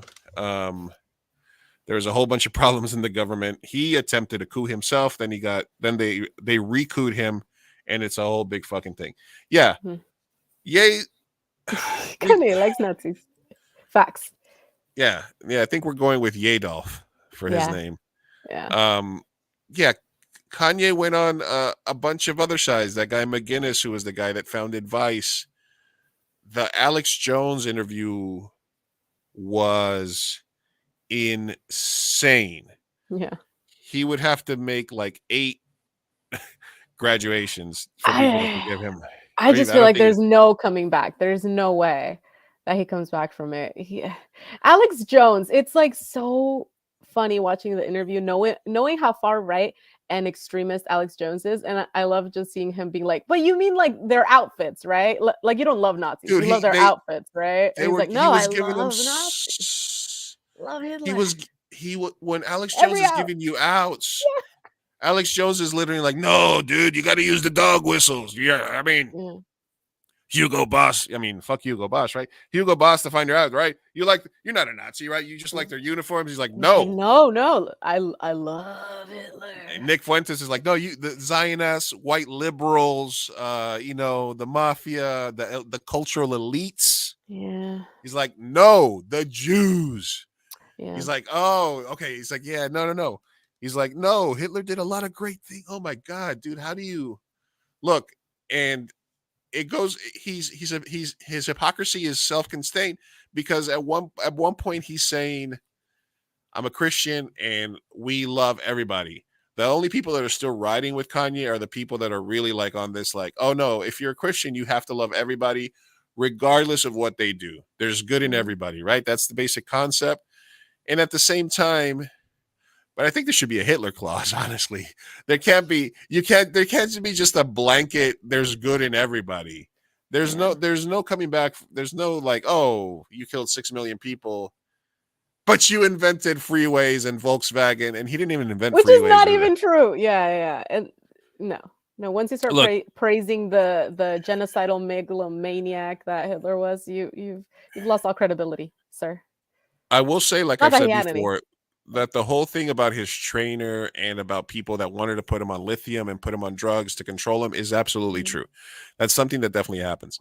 But for some reason, Kanye got it into his head that, and I think like the gay fish episode from South Park is so prevalent right now because it just made him like, I'm a musical genius, I'm a genius, I'm a god, this and that. He really started to believe that himself. He thinks he's the best person to be president. And then he associated himself with all these rejects from the Republican like fringe Yeah. and they're all using him to get more of their message. Like Nick Fuentes is a little piece of shit, He's a little racist incel. piece of shit. He's a little incel piece of shit. And somehow he's And giving him a platform. Yeah. somehow he's flying around in private jets with Kanye, going all these places, and that was the most cringiest part, is when Kanye would say something cringe, and you could see just Nick Fuentes, they're like he, like just sitting Yeah. there, like literally, like, yes, Kanye, yes, let the hate flow through you. Yeah. So man, he has I don't know that I've seen a superstar, like a mega icon, Mm-hmm. billionaire, and he lost Close. like 70% of his money, and he's just plummeted. Yep. Um, By his and- own doing. It's crazy. It's like he keeps digging. He just keeps digging in a hole. yeah, and his and I think we talked about it probably several months ago. Several months ago, I was talking about that I was watching the Kanye documentary on Netflix that was made by his friend that was following around when he was coming up, and I thought it was a really great documentary. And so to see where he came from and how he was, and just kind of where he was, it's crazy. Yeah. Yeah. In all seriousness, Kanye is really mentally gone. On media is reporting on him like he's in the right state. No, I believe that. I believe that he is gone, but I don't think any amount of mental health issues ever made somebody a racist when they weren't, or a Nazi when they weren't. You know, Mhm. I think that yeah, that both things can be true. He's not in his mental state. They need to stop putting cameras in his faces. They need to. He needs to go chill out in Wyoming on his ranch and create horrible shoes, because there's Yeah. nothing. There's nothing. He needs to take a break. So we shall see. When we come back in 2 weeks, this might be. Who knows what's going to happen? He's entered the Tyson zone. Like the Tyson zone is like any, like, you know, there's a time when Mike Tyson was so crazy that people could tell you anything. You know, Mike Tyson was walking around Times Squares with a lion on a chain. Oh shit, I believe it. It's Mike Tyson. It could have happened. Yeah. So he's entered the Tyson zone, but it could be called the Kanye zone soon. So, Yeah. you know, If that is there not to say. ever sorry, no, continue. Go for it. I will, however, say, Uh-huh. if Ye wants to come on the show, Oh my God, Luis, no. I'm just kidding. I'm just kidding. He would last 2 seconds because would. I would come on. We couldn't just let him spew. No, Stuff he would like get that. so annoyed of us. He would, yeah, Yeah, he no. would If get there mad. ever was an argument pro conservativeship, I say this is the case. I say free Britney and lock up Kanye, please. Just somebody. He needs help. Somebody help him. Ay. Absolutely. Def Kiss says I live in Florida and there are a lot of like Kanye's and even Latin extreme right wingers. Yeah. Ooh, Look, the Latino extreme is that's wild. it's a thing. It's a thing in Texas. It's a thing in Florida. It's even a thing in California, man. There's you know, Latinos, Well, like the African American, are not a monolith. There's all kinds of them. Some of them are self-hating. Some of them yeah. are pro-Trump. It's a thing. And then Yeah, I'm afraid it's not going to end well for him. Yeah, no, I agree. But I'm also, you know, kind of don't care about sadly, like whatever happens. He's building his own I don't know, demise, I guess. it's But that's that meme where it's like me reaping, me sowing. yeah. Yeah, me sewing. Yeah, definitely. No, I what I just can't fathom is like, I'm done, dude. Like, I hate the fact that extreme right wingers tend to just, they feel so like they're like anti-establishment. They feel so punk rock, right? By saying all the racist, hateful shit that they say.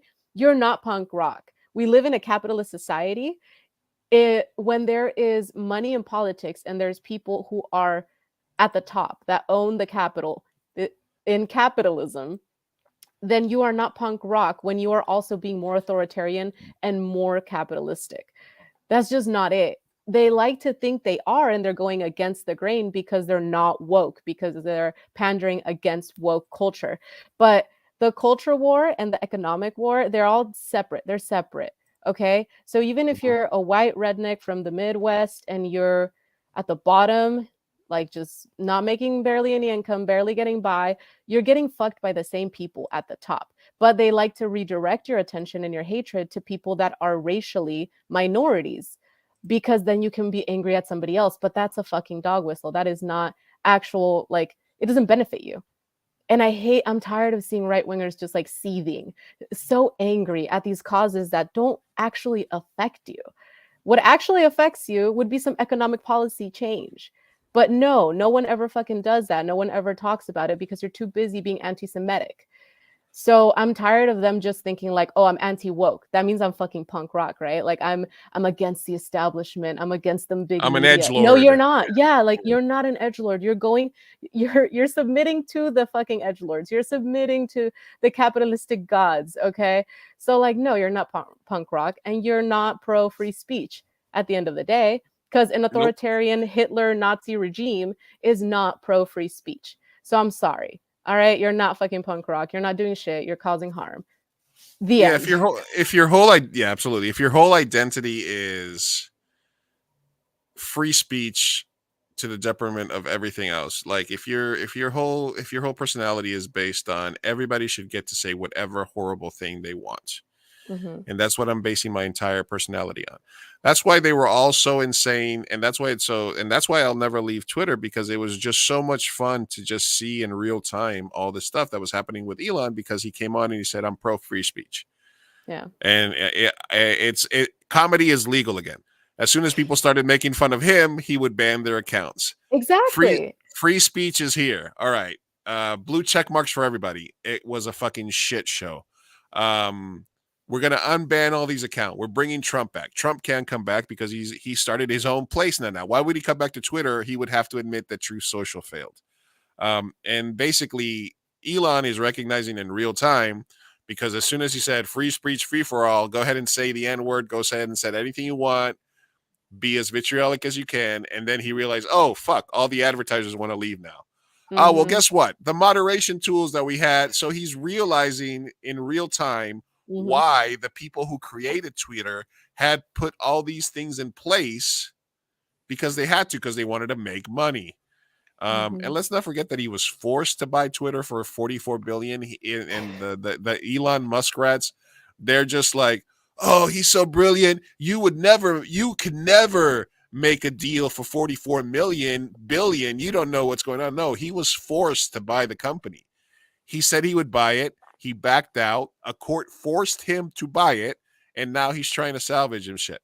But it is kind of fun to watch it all go down in flames. Last one out, tweet out the lights, is what I've been saying. Exactly. Yes. Oh man. And my thing has always been for politics is we're all hypocrites to some degree, and it just shows up in different things, right? But also it's that humility that makes, because right wingers don't show the same humility. They don't show the like devil's advocate, we may be wrong, we can maybe debate, we can maybe talk. It's always like, you're wrong, I'm right, I'm big, you're small. So I don't know, even when you have that humility of like, oh, but we are hypocrites, I don't know. I mean, you could say that, but it just pisses me off that there's people on the opposition that don't see it that way. You know what I mean? Yeah, absolutely. All right, so that's enough. Yay, that's enough politics. A couple of other things I wanted to. This is a cool thread, but I don't think we have time for it. I'm going to share it in the stream because I know Keithan and other people are big movie fans. It's a best. It's a thread of best opening scenes in movie history. I'm a big fan of that, so I'm going to share that with you guys just in case you guys want to check that out. Awesome. All right. And then the only other couple of things here I wanted to talk about is, and we can actually talk about this when we come back. There is a class of newly elected Latinos in Congress that sets a record. So we'll cover that. The new Congress starts in January. So as I move it from our episode 29 to episode 30 tab, which is why I always have a million tabs. Let's see. This was an interesting one. No, okay. I'm not Are we going to talk about the Jenna Ortega thing? We have this. Let's do a little palate cleanser first. Little palate cleanser here. This video lives rent free in my head, and everybody's like, What's up, boo? Hey, what's happening? Tabri, where the bitches out there? Yes, sir. We're trying to kick it. Bitches, bro. I told you this. Why not? Bro, my girl got you on there. I told you that. Wait, so why haven't you blocked her from? I blocked her already. I can't do that on your account, bro. What? She sees everything you post. Oh, I get it in fake, bro. She black mama. oh, hunger abusive. Yeah, bro. The hunger domestic violence. Yes, bro. But fool, your horse would be my horse, my horse would be your horse. No horse, we both dead, bro. How the fuck we gonna play that role if we both dead? Oh, she's trying to run a seven type shit? Murder was the case? Murder was the Hunger, case. death, but then just leave her, fool. She's probably weird, fool. She's a weirdo, fool. Like I'm addicted to this shit. I don't know. I can't explain it to you. You're addicted to bitches punching you in the face? Why you scared of her? Look at your face. You look scared. Block the homies. What's up, fool? I don't know. Sorry. Domestic violence. Domestic violence. Oh, murder was the case. It's real out there, man. Mm-hmm. Let's see what else we got here. Okay. These are the people that showed up to protest a drag show in Columbus. Ohio and caused it to cancel. This is terrorism. Where's the DOJ? This is clear violation of civil rights by neo-Nazis. Here's another clip of them dancing YMCA. These are the Proud Boys, which sounds like a pro-gay They're rights proud. group. Yes. And they're singing YMCA, which somehow was adopted by Trump. That may be the gayest thing I've ever seen in my life. Right. No, well, there was another gay thing. I think this is on here as well. Because okay. I don't think they're making the point they want to make here. I always have to play this video when I see it. Oh because yes. The big event. So it's gonna be navy blue tops and khaki bottoms. If you're wearing jeans, don't bother showing up, because if we don't match, it's not gonna be scary. If I see a bunch of people wearing khakis, then it's scary. But if it's a bunch of people wearing khakis and Fred wearing jeans, Not scared. they're not going to be scared. Now, the aesthetic we're going for is Ku Klux Klan, bitch, but it's at Best Spot. You feel me? So we really need to lean into that aesthetic, because that's what we've committed to. Yeah. Right. Furthermore, I saw the cutest little clear serving platters. They're like big clear plates at the Dollar Tree. And I went ahead and picked a bunch of those up, and I taped a little handle on the back. So we'll all have the cutest little shields. They're not actually good for protecting anything, but they do make us look like little soldiers. It's also important that everyone be wearing a mask. And I know I get it, we hate masks, but this is for our physical protection more than anything else. It's going to be a really bright day. And I'm sorry, but a lot of us are a little pale. Mhm. So safety first. Yes. That skin's got to be covered up, and sunglasses too. Oh God, what else? Heath, if you could bring that drum that you bought for your son, and if you could just hit it at random moments, I think we did a good job, you guys. I think this is going to be very successful. I think we're going to look cute as fuck. Fuck yeah. Oh, and if you have knee pads, I think you should probably wear them. Why do we need knee pads? Oh, just in case. Just in case of what? No, just in case. Just in case. Just in case. Just in case. I love this guy. Because if we don't match, we're not gonna be scary. We're not going to be scary. No, well, there's there's the video, and I thought I was on this thread, but there's a video. This is the picture of the Proud Boys where they wrote stuff on their butts. Antifa, probably. Yeah, fuck Antifa. Or is gay. Is this where you want Antifa to fuck you? Is this what you're saying? I think so.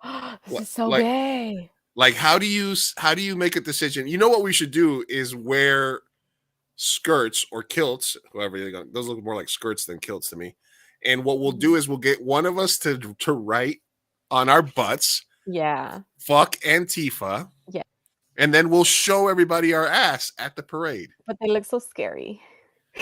And they're supposed to be scary, but this is the gayest thing I've ever seen in my life. Bro, homophobics are truly the gayest people on earth. Like, if gay shit is just in your brain, rent-free, 24/7, you're probably gay. Okay? Yeah. You care so much. Jesus. Oh my God. These gay people. And but here's the thing, man. The thing is, they're so homophobic and they're so scared of things that they don't understand or they don't Yeah. believe. But they're dangerous, right? Yeah, that's where the terrorism aspect does come in, because as much as we can joke about it, and it when people start shooting up a nightclub, actually getting physically violent, and it's a terrorist group. Yeah, and they're also they're shutting down. They're shooting up. They're shooting up power stations. To 40,000 people lost power about a week ago because they shut up a power station so that the part of town that was hosting a drag show would be without power. You see the stuff that they fixate on? It's like, do they even know what actual grooming is? Like, they just kind of get a topic They don't full understand of hatred. they don't understand what woke is. How would they understand what they don't understand what woke means. They don't understand what grooming means. Like we talked about this. Grooming literally means meeting somebody when they're a child and getting into their head early so that when they're of age, they'll want to be with you. If you want to say that being gay and existing grooms kids, or that showing a gay relationship in a Disney movie or a lesbian kiss in a Disney movie is grooming, then you have to also say that 99% of media, which emphasizes and promotes heteronormative cis relationships, is also grooming. Yeah. Or taking your kids to church. Yeah. Indoctrinating is grooming. The word loses all meaning if you just want it to mean what you want. So just like woke, grooming, they have zero idea of what the word actually means or how hypocritical they look by using it. Mm-hmm. So, yeah, but imagine if someone shoots up a church or turns off the lights or whatever because you're grooming children. Bro, just stop it. You look stupid.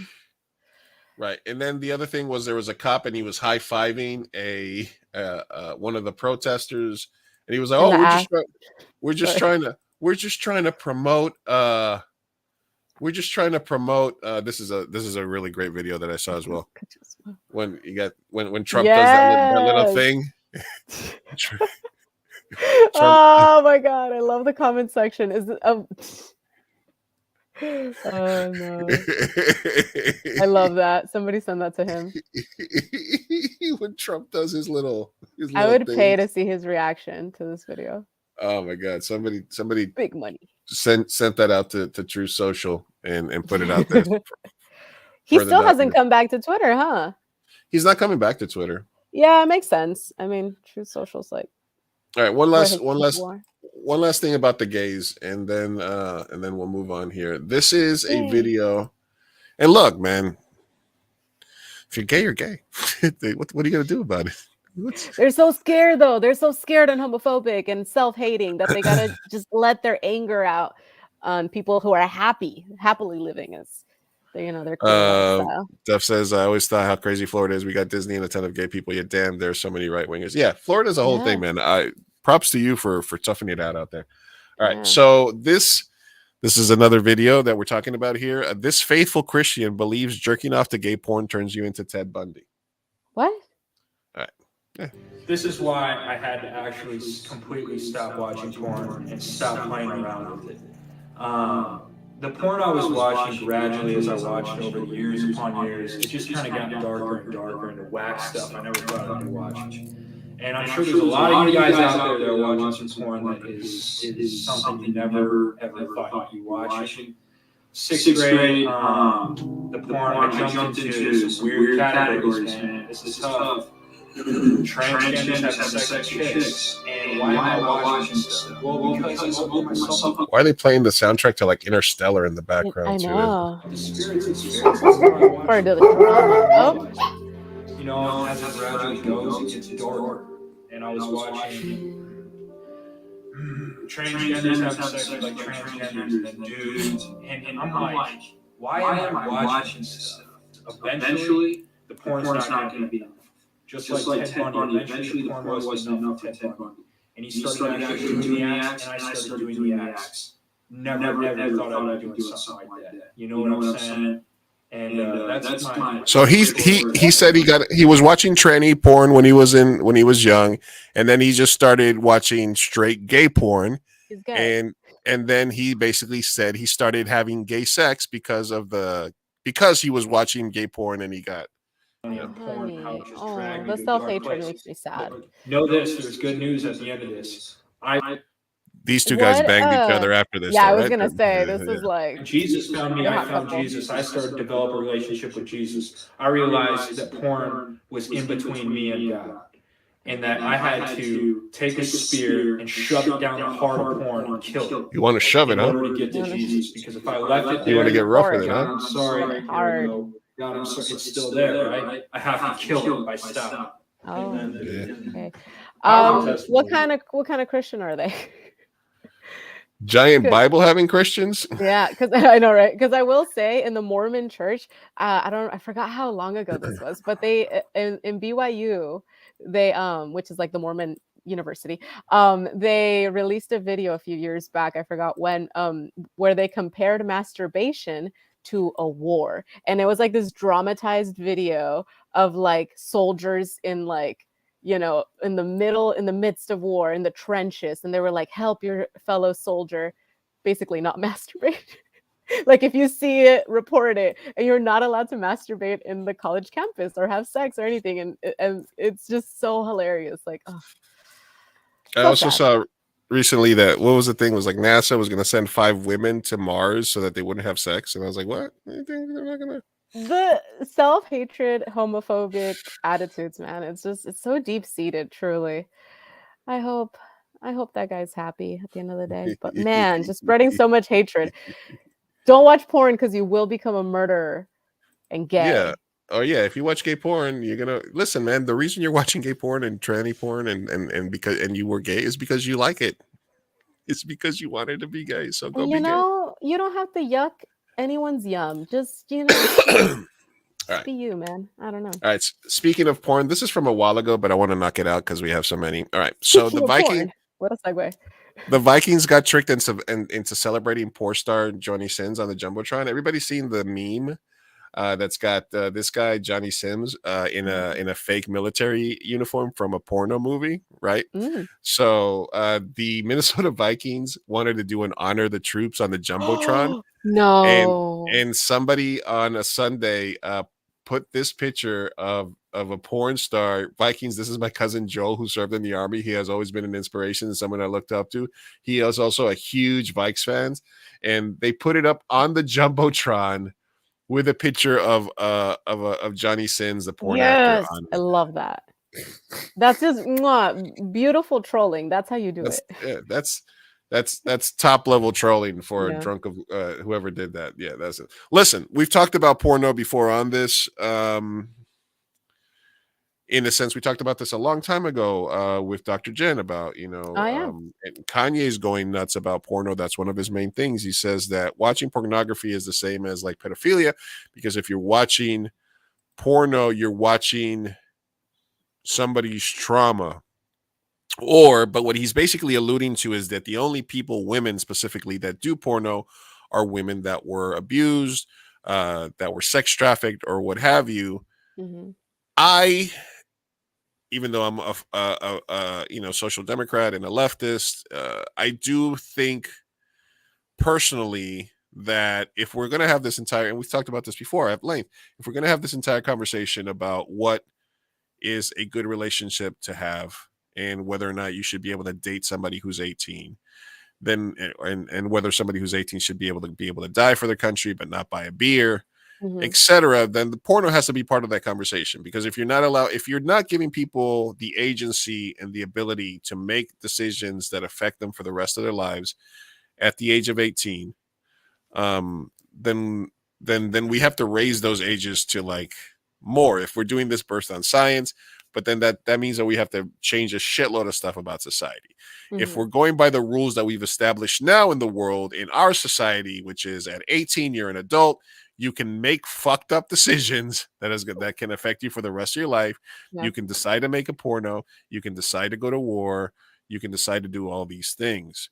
So for me, it is a very interesting conversation to have about whether we are pro porn because it's a First Amendment, rights of expression, or I think Kanye said alcohol and porn ruined his marriage. And I do believe for certain segment of the population, it can desensitize you to sex.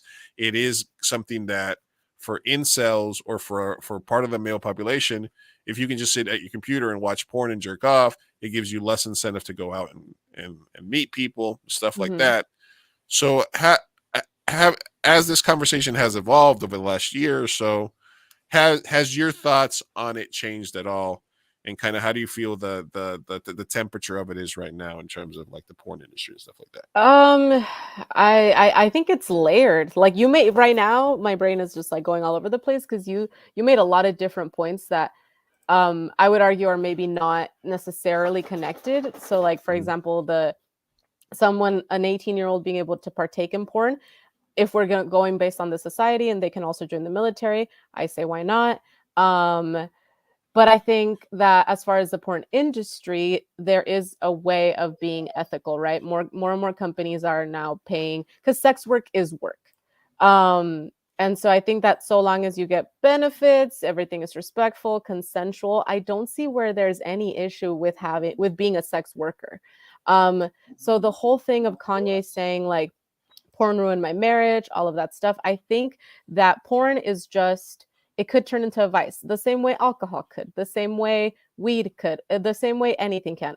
Eating a cake, people can get addicted to everything. So everything, todo con medida, right? You just gotta maybe not consume an over copious amount, but I don't think that it's harmful if it's done ethically, and I don't think it's harmful. It can even be healthy and educational if it's done correctly.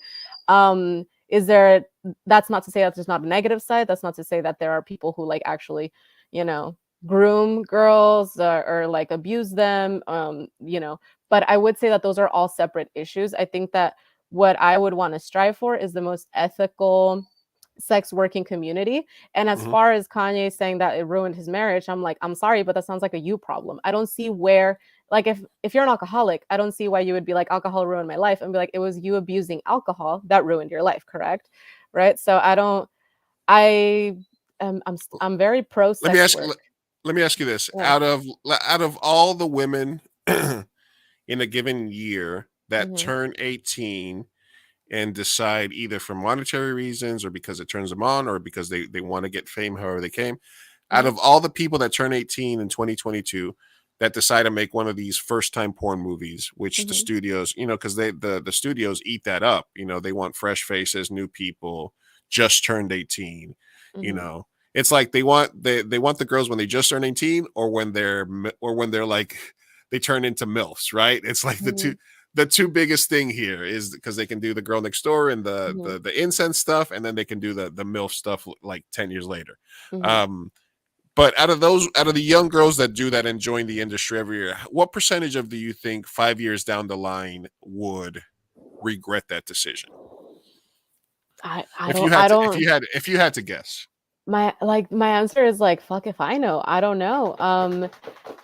Cause well, let me clarify that. Do you think that if we took everybody that turned 18 and did porn and checked in with them 5 years later, and 75% of them said, I wish I wasn't allowed to do that when I turned 18, I made a huge mistake. Do you think that if we just polled every porn star that did porn when they were 18 at 5 years later, and we had and we sort of checked in on what, do you think that if there was a certain percentage of those that were like, yes, I made a mistake, that it would be reason enough to consider raising the age on it? I disagree. No, I don't.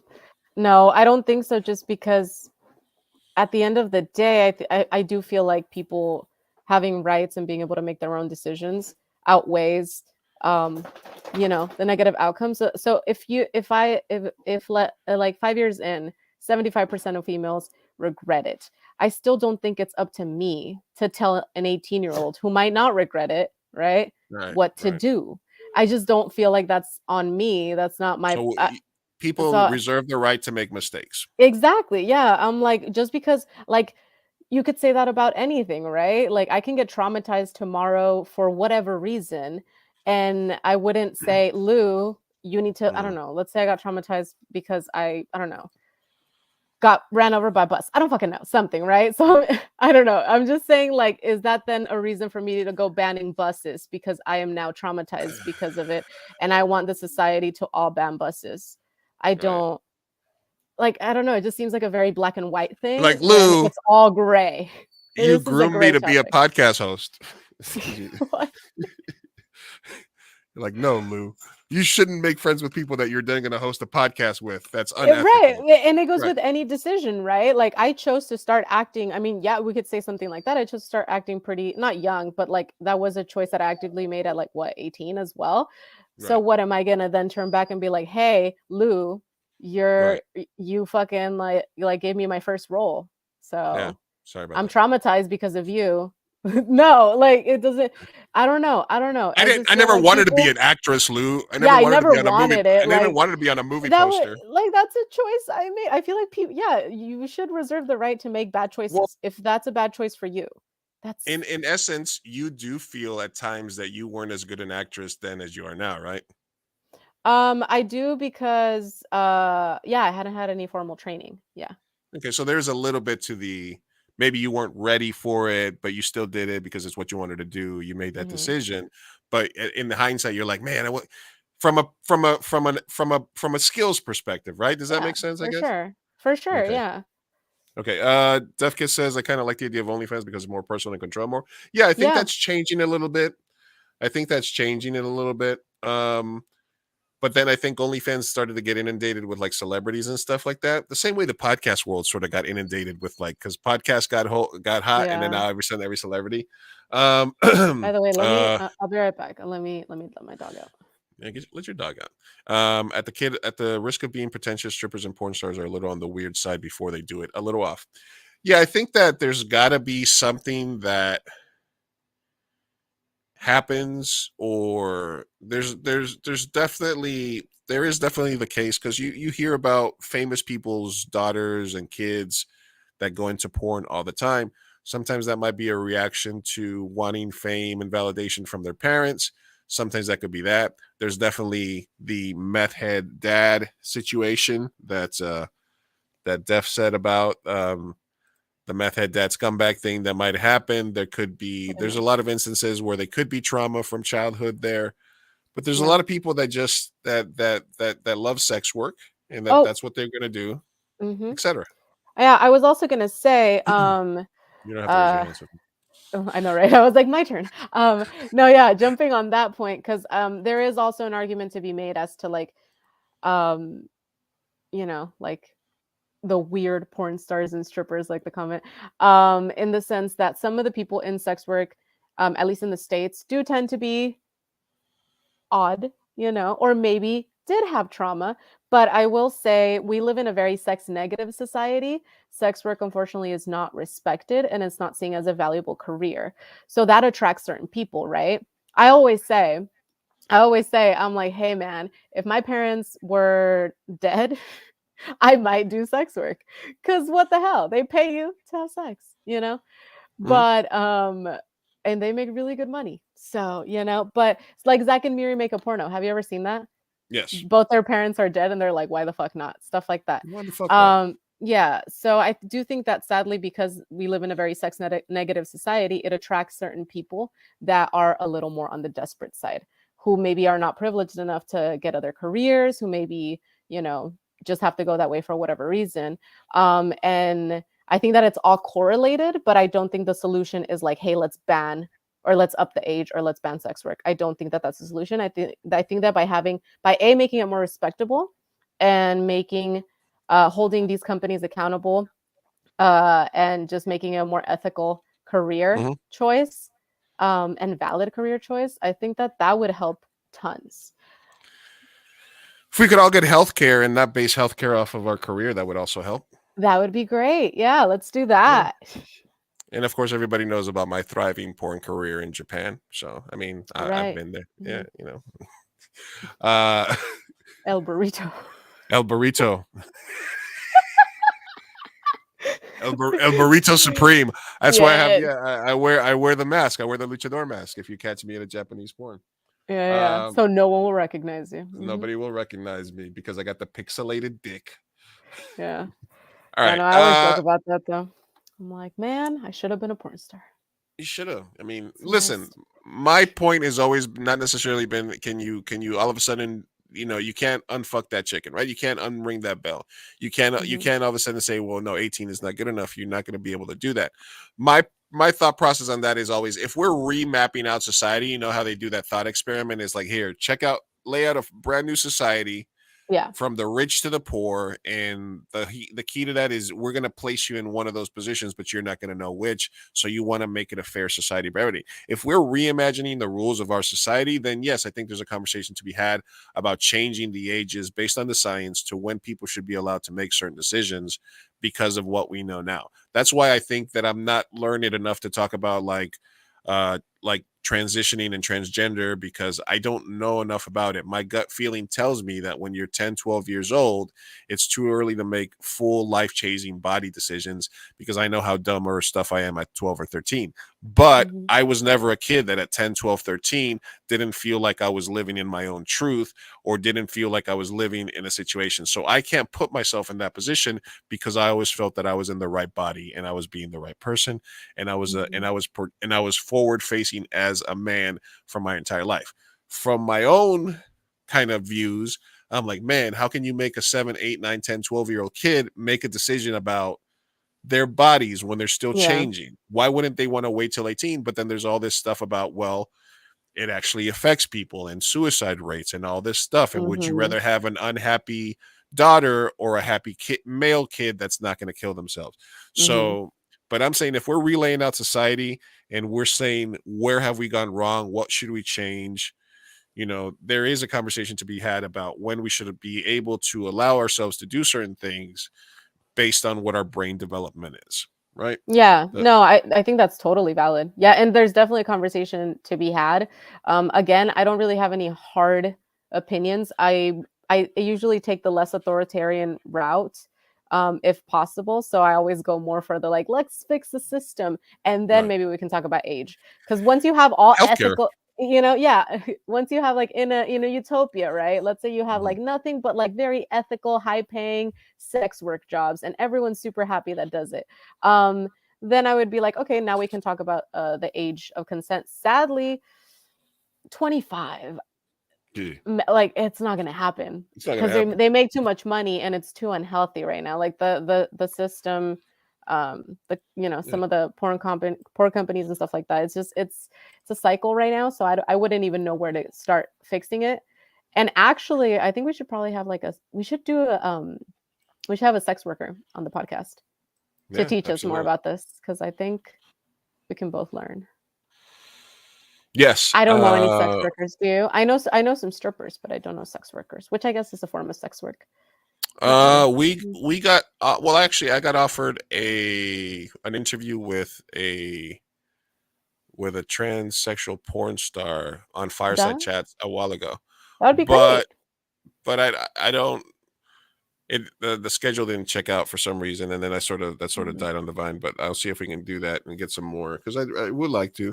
We do have some upcoming uh non-binary and trans Latino creatives that are going to be Mhm. scheduled for January and February. So I think we'll be able to delve into Mhm. the trans issue a little bit more, and hopefully we'll talk. And then there's the Bottled Up Bitches podcast, who Mhm. talk a lot about sex. So we might collaborate with them on something and maybe get somebody else That's nice. on board. So yeah, it's definitely to look at that from a Latino Latinx perspective. All right, Mhm. one last thing here, and then we have a couple of short and anonymous way, and then we'll get out of your way. All right. Wednesday. Yeah. Okay, Jenna Ortega. There's a lot of stuff happening. Most watched Netflix show ever, crushed Dahmer. Stranger Like Things. 342 million hours watched, like in the first week. Mhm. And of course, when something good happens, then it goes up. The eventual backlash always happens. The Yeah. backlash has come in 3 different parts. The first one, and it is something that's been ongoing with Tim Burton, because Tim Burton made some statements a while ago when he was talking about diversity and inclusivity in films, and he was basically saying, if my story doesn't, if I don't feel that Black people are necessary to my story, I'm not going to cast them. So Tim Burton doesn't have the best history, and he's one of my favorite directors. Oh God. We talked about Edward Scissorhand. We talked about Ed Wood. Nightmare Yeah. Before Christmas. No. I watched the Nightmare Before Christmas a documentary about it, and I actually got really turned off to Tim Burton after that because turns out he had nothing to do with the project but put his name on it. So that's great. Well, it is still a Tim Burton project, but No, it's well, not. I really disliked him after that. I couldn't unsee it. Yeah. But anyway, now he's racist, so tell me more. I don't know if we're going to go that far, but basically he has made comments in the past that have sort of been that. All right, so the main Black characters in Wednesday, as you can see here, are sort of the main antagonists or they're bullies. So essentially what they're accusing him of is Tim Burton becomes the subject of Wednesday racism backlash. Following the initial reaction to the Burton has come under fire from some who have decided that Burton's choice of casting for Nevermore top girl Bianca Barclay, played by Joy Sunday, was purposely done to push an anti-Black agenda. The comments have also incorporated Eman Marson, who plays a bully character in this conspiracy theory, which seems to stem from the previous comments by Burton that Black actors haven't necessarily fit into his vision of his movies, and he doesn't feel compelled to cast them for the sake of it. Okay. One user on Twitter commented, and I saw a lot of this happening live on Twitter, me trying to badly push past the racist and anti-Black undertones in the Wednesday Addams Netflix show. I really wanted to like it, but it's unforgivable that all the Black characters are either bullies or morally compromised, and why is Wednesday hostile toward them? What the fuck? What kind of ridiculous thing is that? This is a little bit similar to the Black Panther Wakanda Forever thing, where people were getting upset that the Latino Mexican characters were being made to play the bad guys. And if you really look into, spoiler alert, the rest of the series, some of the characters that were her antagonists at the beginning becomes friends with her later on, and it turns out some of the white people in the city are actually the villains. So maybe this could be something that misinformed, or maybe it's kind of like a thing. It's kind of like a thing where maybe they didn't. It's kind of like I forget the movie or the thing that people were like, oh, this sucks, but I'm like, well, have you watched it? Right? We were talking about something. There's something like, oh my God, this is horrible. Yeah, but did you watch the movie? Yeah. Did you watch the show? Are you just basing this on something else? So I think a lot of it is there's something good. Let me nitpick it. But also because Tim Burton has this history. And I think I want to get to a place where what's up, Evie? Thanks for stopping by. Hey. We had a robust show today. You can go back and watch the VOD. Yeah. We're wrapping it up, but we're talking about Tim Burton on Wednesday. So I think you have this thing where people sometimes will make decisions about something based on what they hear and not on what their own things are. Like you always see these discourse was like, I'm not watching it because, you know what I mean? Like I forget, but I know that we've had the discussion about stuff that came out that people immediately were like, oh, this fucking shit sucks. And I'm like, have you seen the movie? Have you actually gone back and take it? So Tim Burton, I mean, and Ed Wood is one of my favorite movies of all time, as well as Edward Scissorhands. But, sometimes you gotta just tell truth and just be like, man, you haven't cast Black people. You haven't done this. And now you're making them the villains. Although, like I said, I do think that we need to get to a place where you can cast Black people as villains, you can cast Mexicans as villains, and not feel that it's right. We have the right to play the bad people. Like John Leguizamo was playing the bad guy in this Santa movie, which is good, right? Yeah. No, it does feel nitpicky. I don't want to invalidate anybody, but in a sense, like we are fighting to be represented in every form, including villains, right? I want to play a villain someday.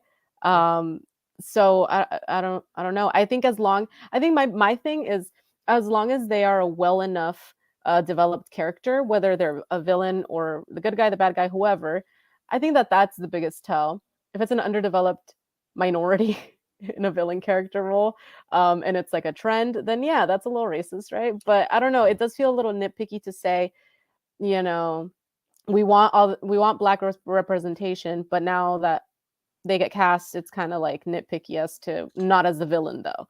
Um, yeah, I don't know.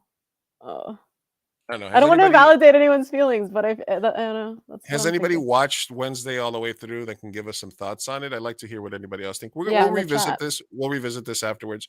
The other thing that she got shit on is because she admitted that the big scene where she's dancing at a prom or something, and she's doing her cool goth dance, is she actually had COVID that day. Mm. So they're like, that's not really the flex that you think it was. I know it really So wasn't. so apparently they were filming and she was sick that day and they were waiting for a positive result, and she Yeah. tested positive and they stopped filming. But I think it's a bad look for a major studio to have somebody. It would be one thing if she's filming the scene by herself, but if she's filming the scene with an auditorium full of kids, it's kind of out there. Yeah, I think this one the studio really takes the L. I don't know that I'm on board with people villainizing and blaming Jenna Ortega, because at the end of the day, Yeah. actors don't have that much power, okay? I don't like, maybe once you hit, I don't know, J-Lo status, sure, but not really. Like for you to say like she should have stayed home, like she did everything, right? She tested, she she did told them, and then they forced her and then she did her job. She just told an anecdote. I was sick that day. I was yeah. So I Turns think out I this had just COVID. looks bad for the studio. I think this looks terrible for them because, man, you just exposed a whole room full of people. And even if you say like, hey, they were far away from her, whatever, it's like you were selfish and careless, right? And I get it. It's a lot of money that you lose by postponing production, but it's just in COVID times, that's just kind of the L you have to take, and they didn't. And the last thing I wanted to touch on with her is she got crap. Let me find this. Actually, I'll pull it up. Mhm. She got crap for, we talk about Latinidad a lot. But she got stuff because she was trying to say, hey, watch Wednesday, or how do they say Wednesday in Spanish? Miércoles? I No, don't know. but how do Oh you, no, how do, mel Mercola or something like that? algo así. Yeah. I don't know. Fun fact, I did not watch the Addams Family until I was old. Merlona? Algo así. I don't Merlina. know. Merlina, right? Yeah, Merlina Addams. Merlina Adams. So basically, there was an issue because she was on a Spanish show, and they asked her to say, we'll show it to you right here. Did she say miércoles? Please tell me she said miércoles. A ver. El estreno de Merlina en Netflix. ¿El estreno? El estreno de Merlina en Netflix. En Netflix. Los invito a ver. El estreno de Merlina en Netflix. El estreno de Merlina en Netflix. Yeah, you're doing great. I'm so bad. I have to read things. That's so cringe. Ah, yikes. So she was a whitewashed Latina. What can you do?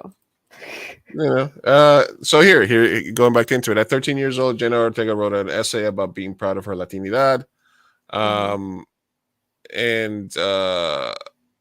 And she's Mexican and Puerto Rican, I believe, right? Or is she only Mexican?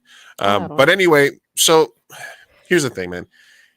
If you're gonna basically tell somebody, ay, no, es que tú no hablas español y no eres Latino. You're not Spanish if you don't speak. You're not Latino if you don't speak Spanish. Come on, listen. Take the thumb out of your mouth. Go outside, touch some grass, and let it go. Number one, if you really want to get into the roots, Spanish is a colonizer's language. No hablan nahuatl.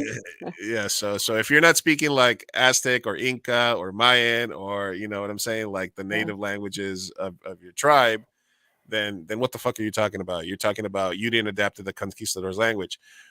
People, and then the reason she doesn't speak a lot of English is, and a lot of people are like that, is they come to the United States, their parents speak Spanish. I was lucky my parents, because my mom, because she knew that I was going to speak nothing but English at school, would only speak to me Spanish when we were at home. When we were in South America, she would only speak to me English and at home because she knew I was going to speak Spanish. As a result, I'm fully bilingual, and I love that. And I love that I am fully bilingual, can have a conversation with somebody in Spanish, and I feel that enhances my Latinidad. And I used to think if you were like Puerto Rican or Colombian or Dominican or whatever, and you didn't speak and you only spoke English, that it was like a little thing. But I understand now that that's just bullshit. It doesn't define your Latinidad, not as much as your color doesn't define your Latinidad or your job or where you live. Latinos are not a monolith. Latinx is not a monolith. So I believe that if you're sitting there and you want to feel better about yourself because you can speak Spanish and Jenna Ortega can't, then really take stock of your fucking miserable life and just chill out. Damn, Lou, tell us how you really feel. I mean, listen, there's vanilla beaners. Yeah. And there's dark roast beaners. There's all kinds of beans. The beans are universal. We're all shades and colors, etc. So Yeah. I appreciate that. Yeah, and if you're gonna play the whole like who's more Mexican than who, and be a gatekeeper on all Latinidad, then someone can always one up you. If you're not speaking Nahuatl, if you're not living, in the outskirts of Yucatan, you're not, then so there's always gonna be someone that's more native than you. Okay. So yes, it's cringe. I think we can all agree it's cringe to watch that. I hate when people speak broken Spanish. I'm not perfect by any means, but that doesn't discount her. That doesn't make her less than. It's just At least it's she's a way fucking of trying. Yeah, she's trying exactly. Like, and we should all just be proud. Because Okay, we all come in different flavors, and like yeah, because the conversation was like, okay, who's more Latina, her or like Anna Taylor-Joy, who's white, who's Argentinian? But right. people were arguing that she is from Argentina. She understands the culture. She speaks Spanish. She'd always Well, would you say that brings up. there's an argument to be made about culture? Because I feel like Latinidad is not something that can be necessarily, I don't know, who's more Defined. Latin than the other one. Yeah, exactly. I think that if your ethnicity is something through your parents, through your Look, genealogy, then you're there. the But culture-wise, Yeah, there's definitely an issue culture-wise. I think where Latinidad draws the line is where, like, and this has happened in several times, where like a white person will marry a Latino person, and then they will try to adopt that as being like, oh, I'm Latina too. Or when what's this girl, Baldwin's wife, yeah. is tries to adopt it like she wasn't from Cambridge or something like that. So I think that the fringes of that get a little murky in terms of claiming it and representing it. But I think if and I think there's also a difference of like you're white, but you grew up around the culture, so you feel like into it. There's also a little bit of that. Yeah. But even then, I think if you're true to it, then I don't think there's a problem with it. And if you speak broken Spanish, I don't have a problem. If you speak no Spanish, I mean, Dominic doesn't speak a fucking lick of Spanish. His mom's a Spanish teacher, right? Is he any less Latino? Like, maybe. I will say it is slightly offensive, just to be a little bit on the opposition for. Right. I will say it's a little offensive if she were to say, "I am now like the voice of all Latinos." Right? No, she's not doing that. Right. Well, she's not doing that. So No. let's not give her that. She's being true to it.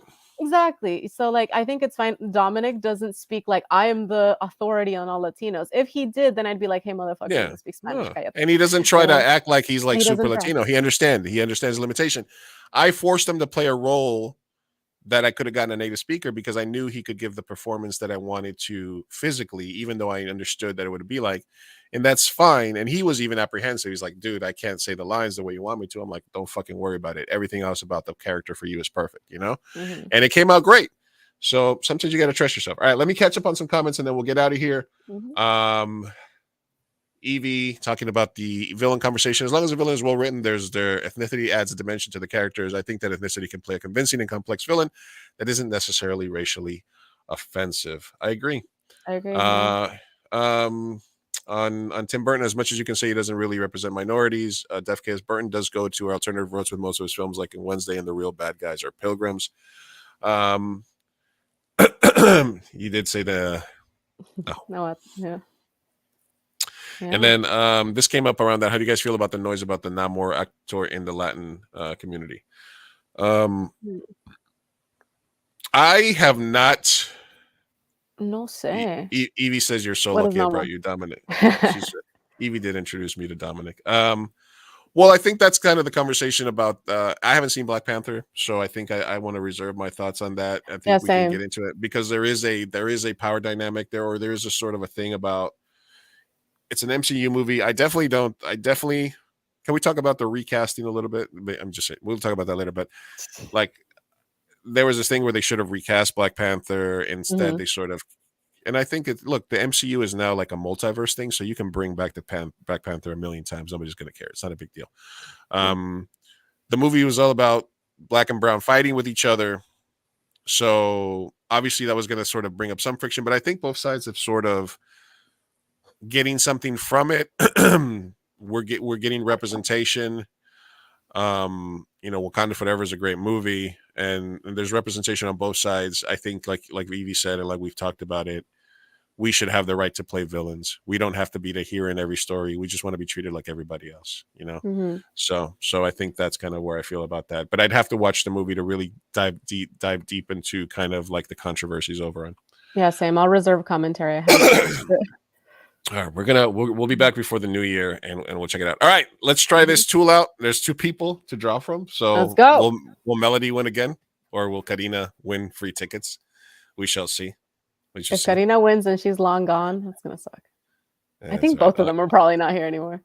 Hey, Karina, nice. I'll let her know that she won. That she won a ticket.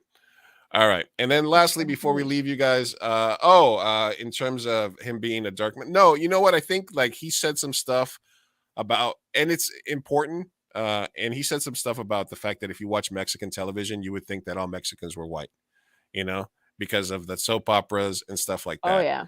So he's getting, and then there was a thing in Mexico that was basically people saying like, well, what about some light-skinned Mexican representation or something like that, to the effect of, so look, man, what? There's color. There's Nobody definitely said that. There's no way. It's absolutely. I'll send you the video. It's definitely. It was like on a View type show in Mexico where they were like, that doesn't represent all Mexicans or something like that, or there's representation, but we need more representation, stuff like that. So there's definitely colorism within the Latino community in all of the individual cultures, whether they're Mexican, Colombian, Argentinian, Dominican, Puerto Rican. It's definitely a thing. Take it easy. Evie, I love you too. Thank you very much for stopping by. Let us know when you are streaming, and we still need to have you on the show at some point. What do you think gringo means? What do you think gringo means for you? I don't know. Is that a trick question? Yeah, I think so. I don't know. I don't know. I used to get called in gringo. I was called a gringo when I lived in Colombia, and I was, because they knew that I was from the United States, so I got called a gringo all the time. So I don't even know if it really has a lot of meaning. All right, guys, we're gonna get out of here, but we have a couple of quick questions here, so let's do it. If I could find the video. What do you have? 2 No Names Way? Now it's time for No Names Way. No Names Way. No Names. Right. There it is. All right. All right. Homie 83 writes, if you could pick to relive one of these 3 eras, what would it be? The 80s, 90s, or the 00s? Well, I wasn't born for half of those. Well, you get to go back and live them. And live them for once. I would want to experience the 80s. They looked fun. So yeah, I would probably, the music was great. I would want to see what the 80s were about. Yeah. What about you? Okay. Look. Look, the 90s were incredibly cool. Birth of hip hop. A lot of cool stuff. But it also was like the safe sex 90s. So that wasn't that much fun. So maybe the 80s. I think the 80s are definitely a definitely good part. It was a party decade. Yeah. I'm on it. We're gonna watch Wakanda Forever. We'll talk about it. Yeah. All right. Broski says new wave or post punk. I don't know. That sounds like a Higgs question. Yeah, I know. I was like, "Where's Higgs when you need him?" I'd have to know what post punk and what defines it. Like what exactly? Yeah. Yeah.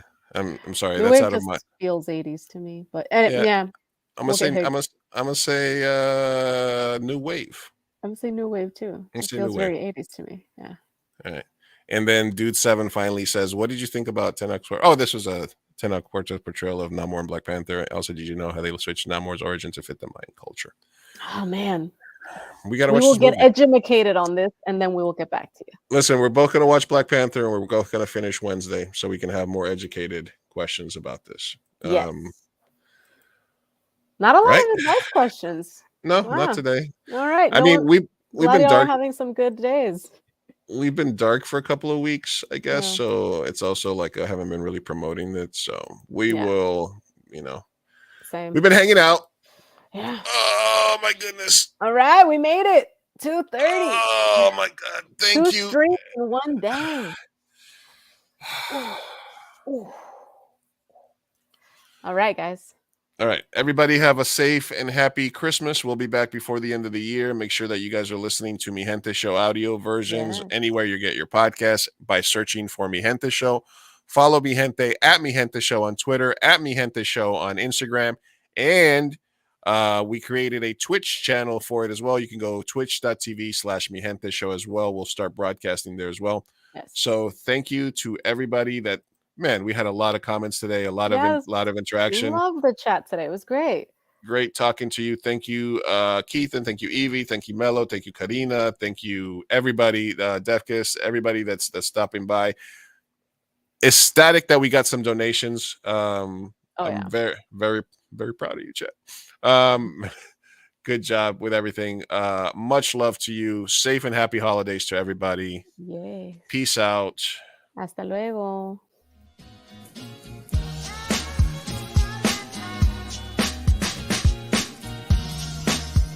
Vamos, papá, hay que irnos. Me estoy aguantando desde que pusieron el domo. Puedes esperar. Muchas personas trabajaron en esta película y solo quieren que te aprendas sus nombres de memoria.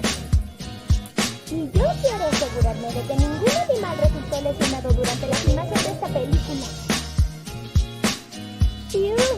¡Listo! ¡Uy, palomitas en el suelo! ¡Wow! Espera, parece que Maggie tiene algo que decir. Es tu primera palabra.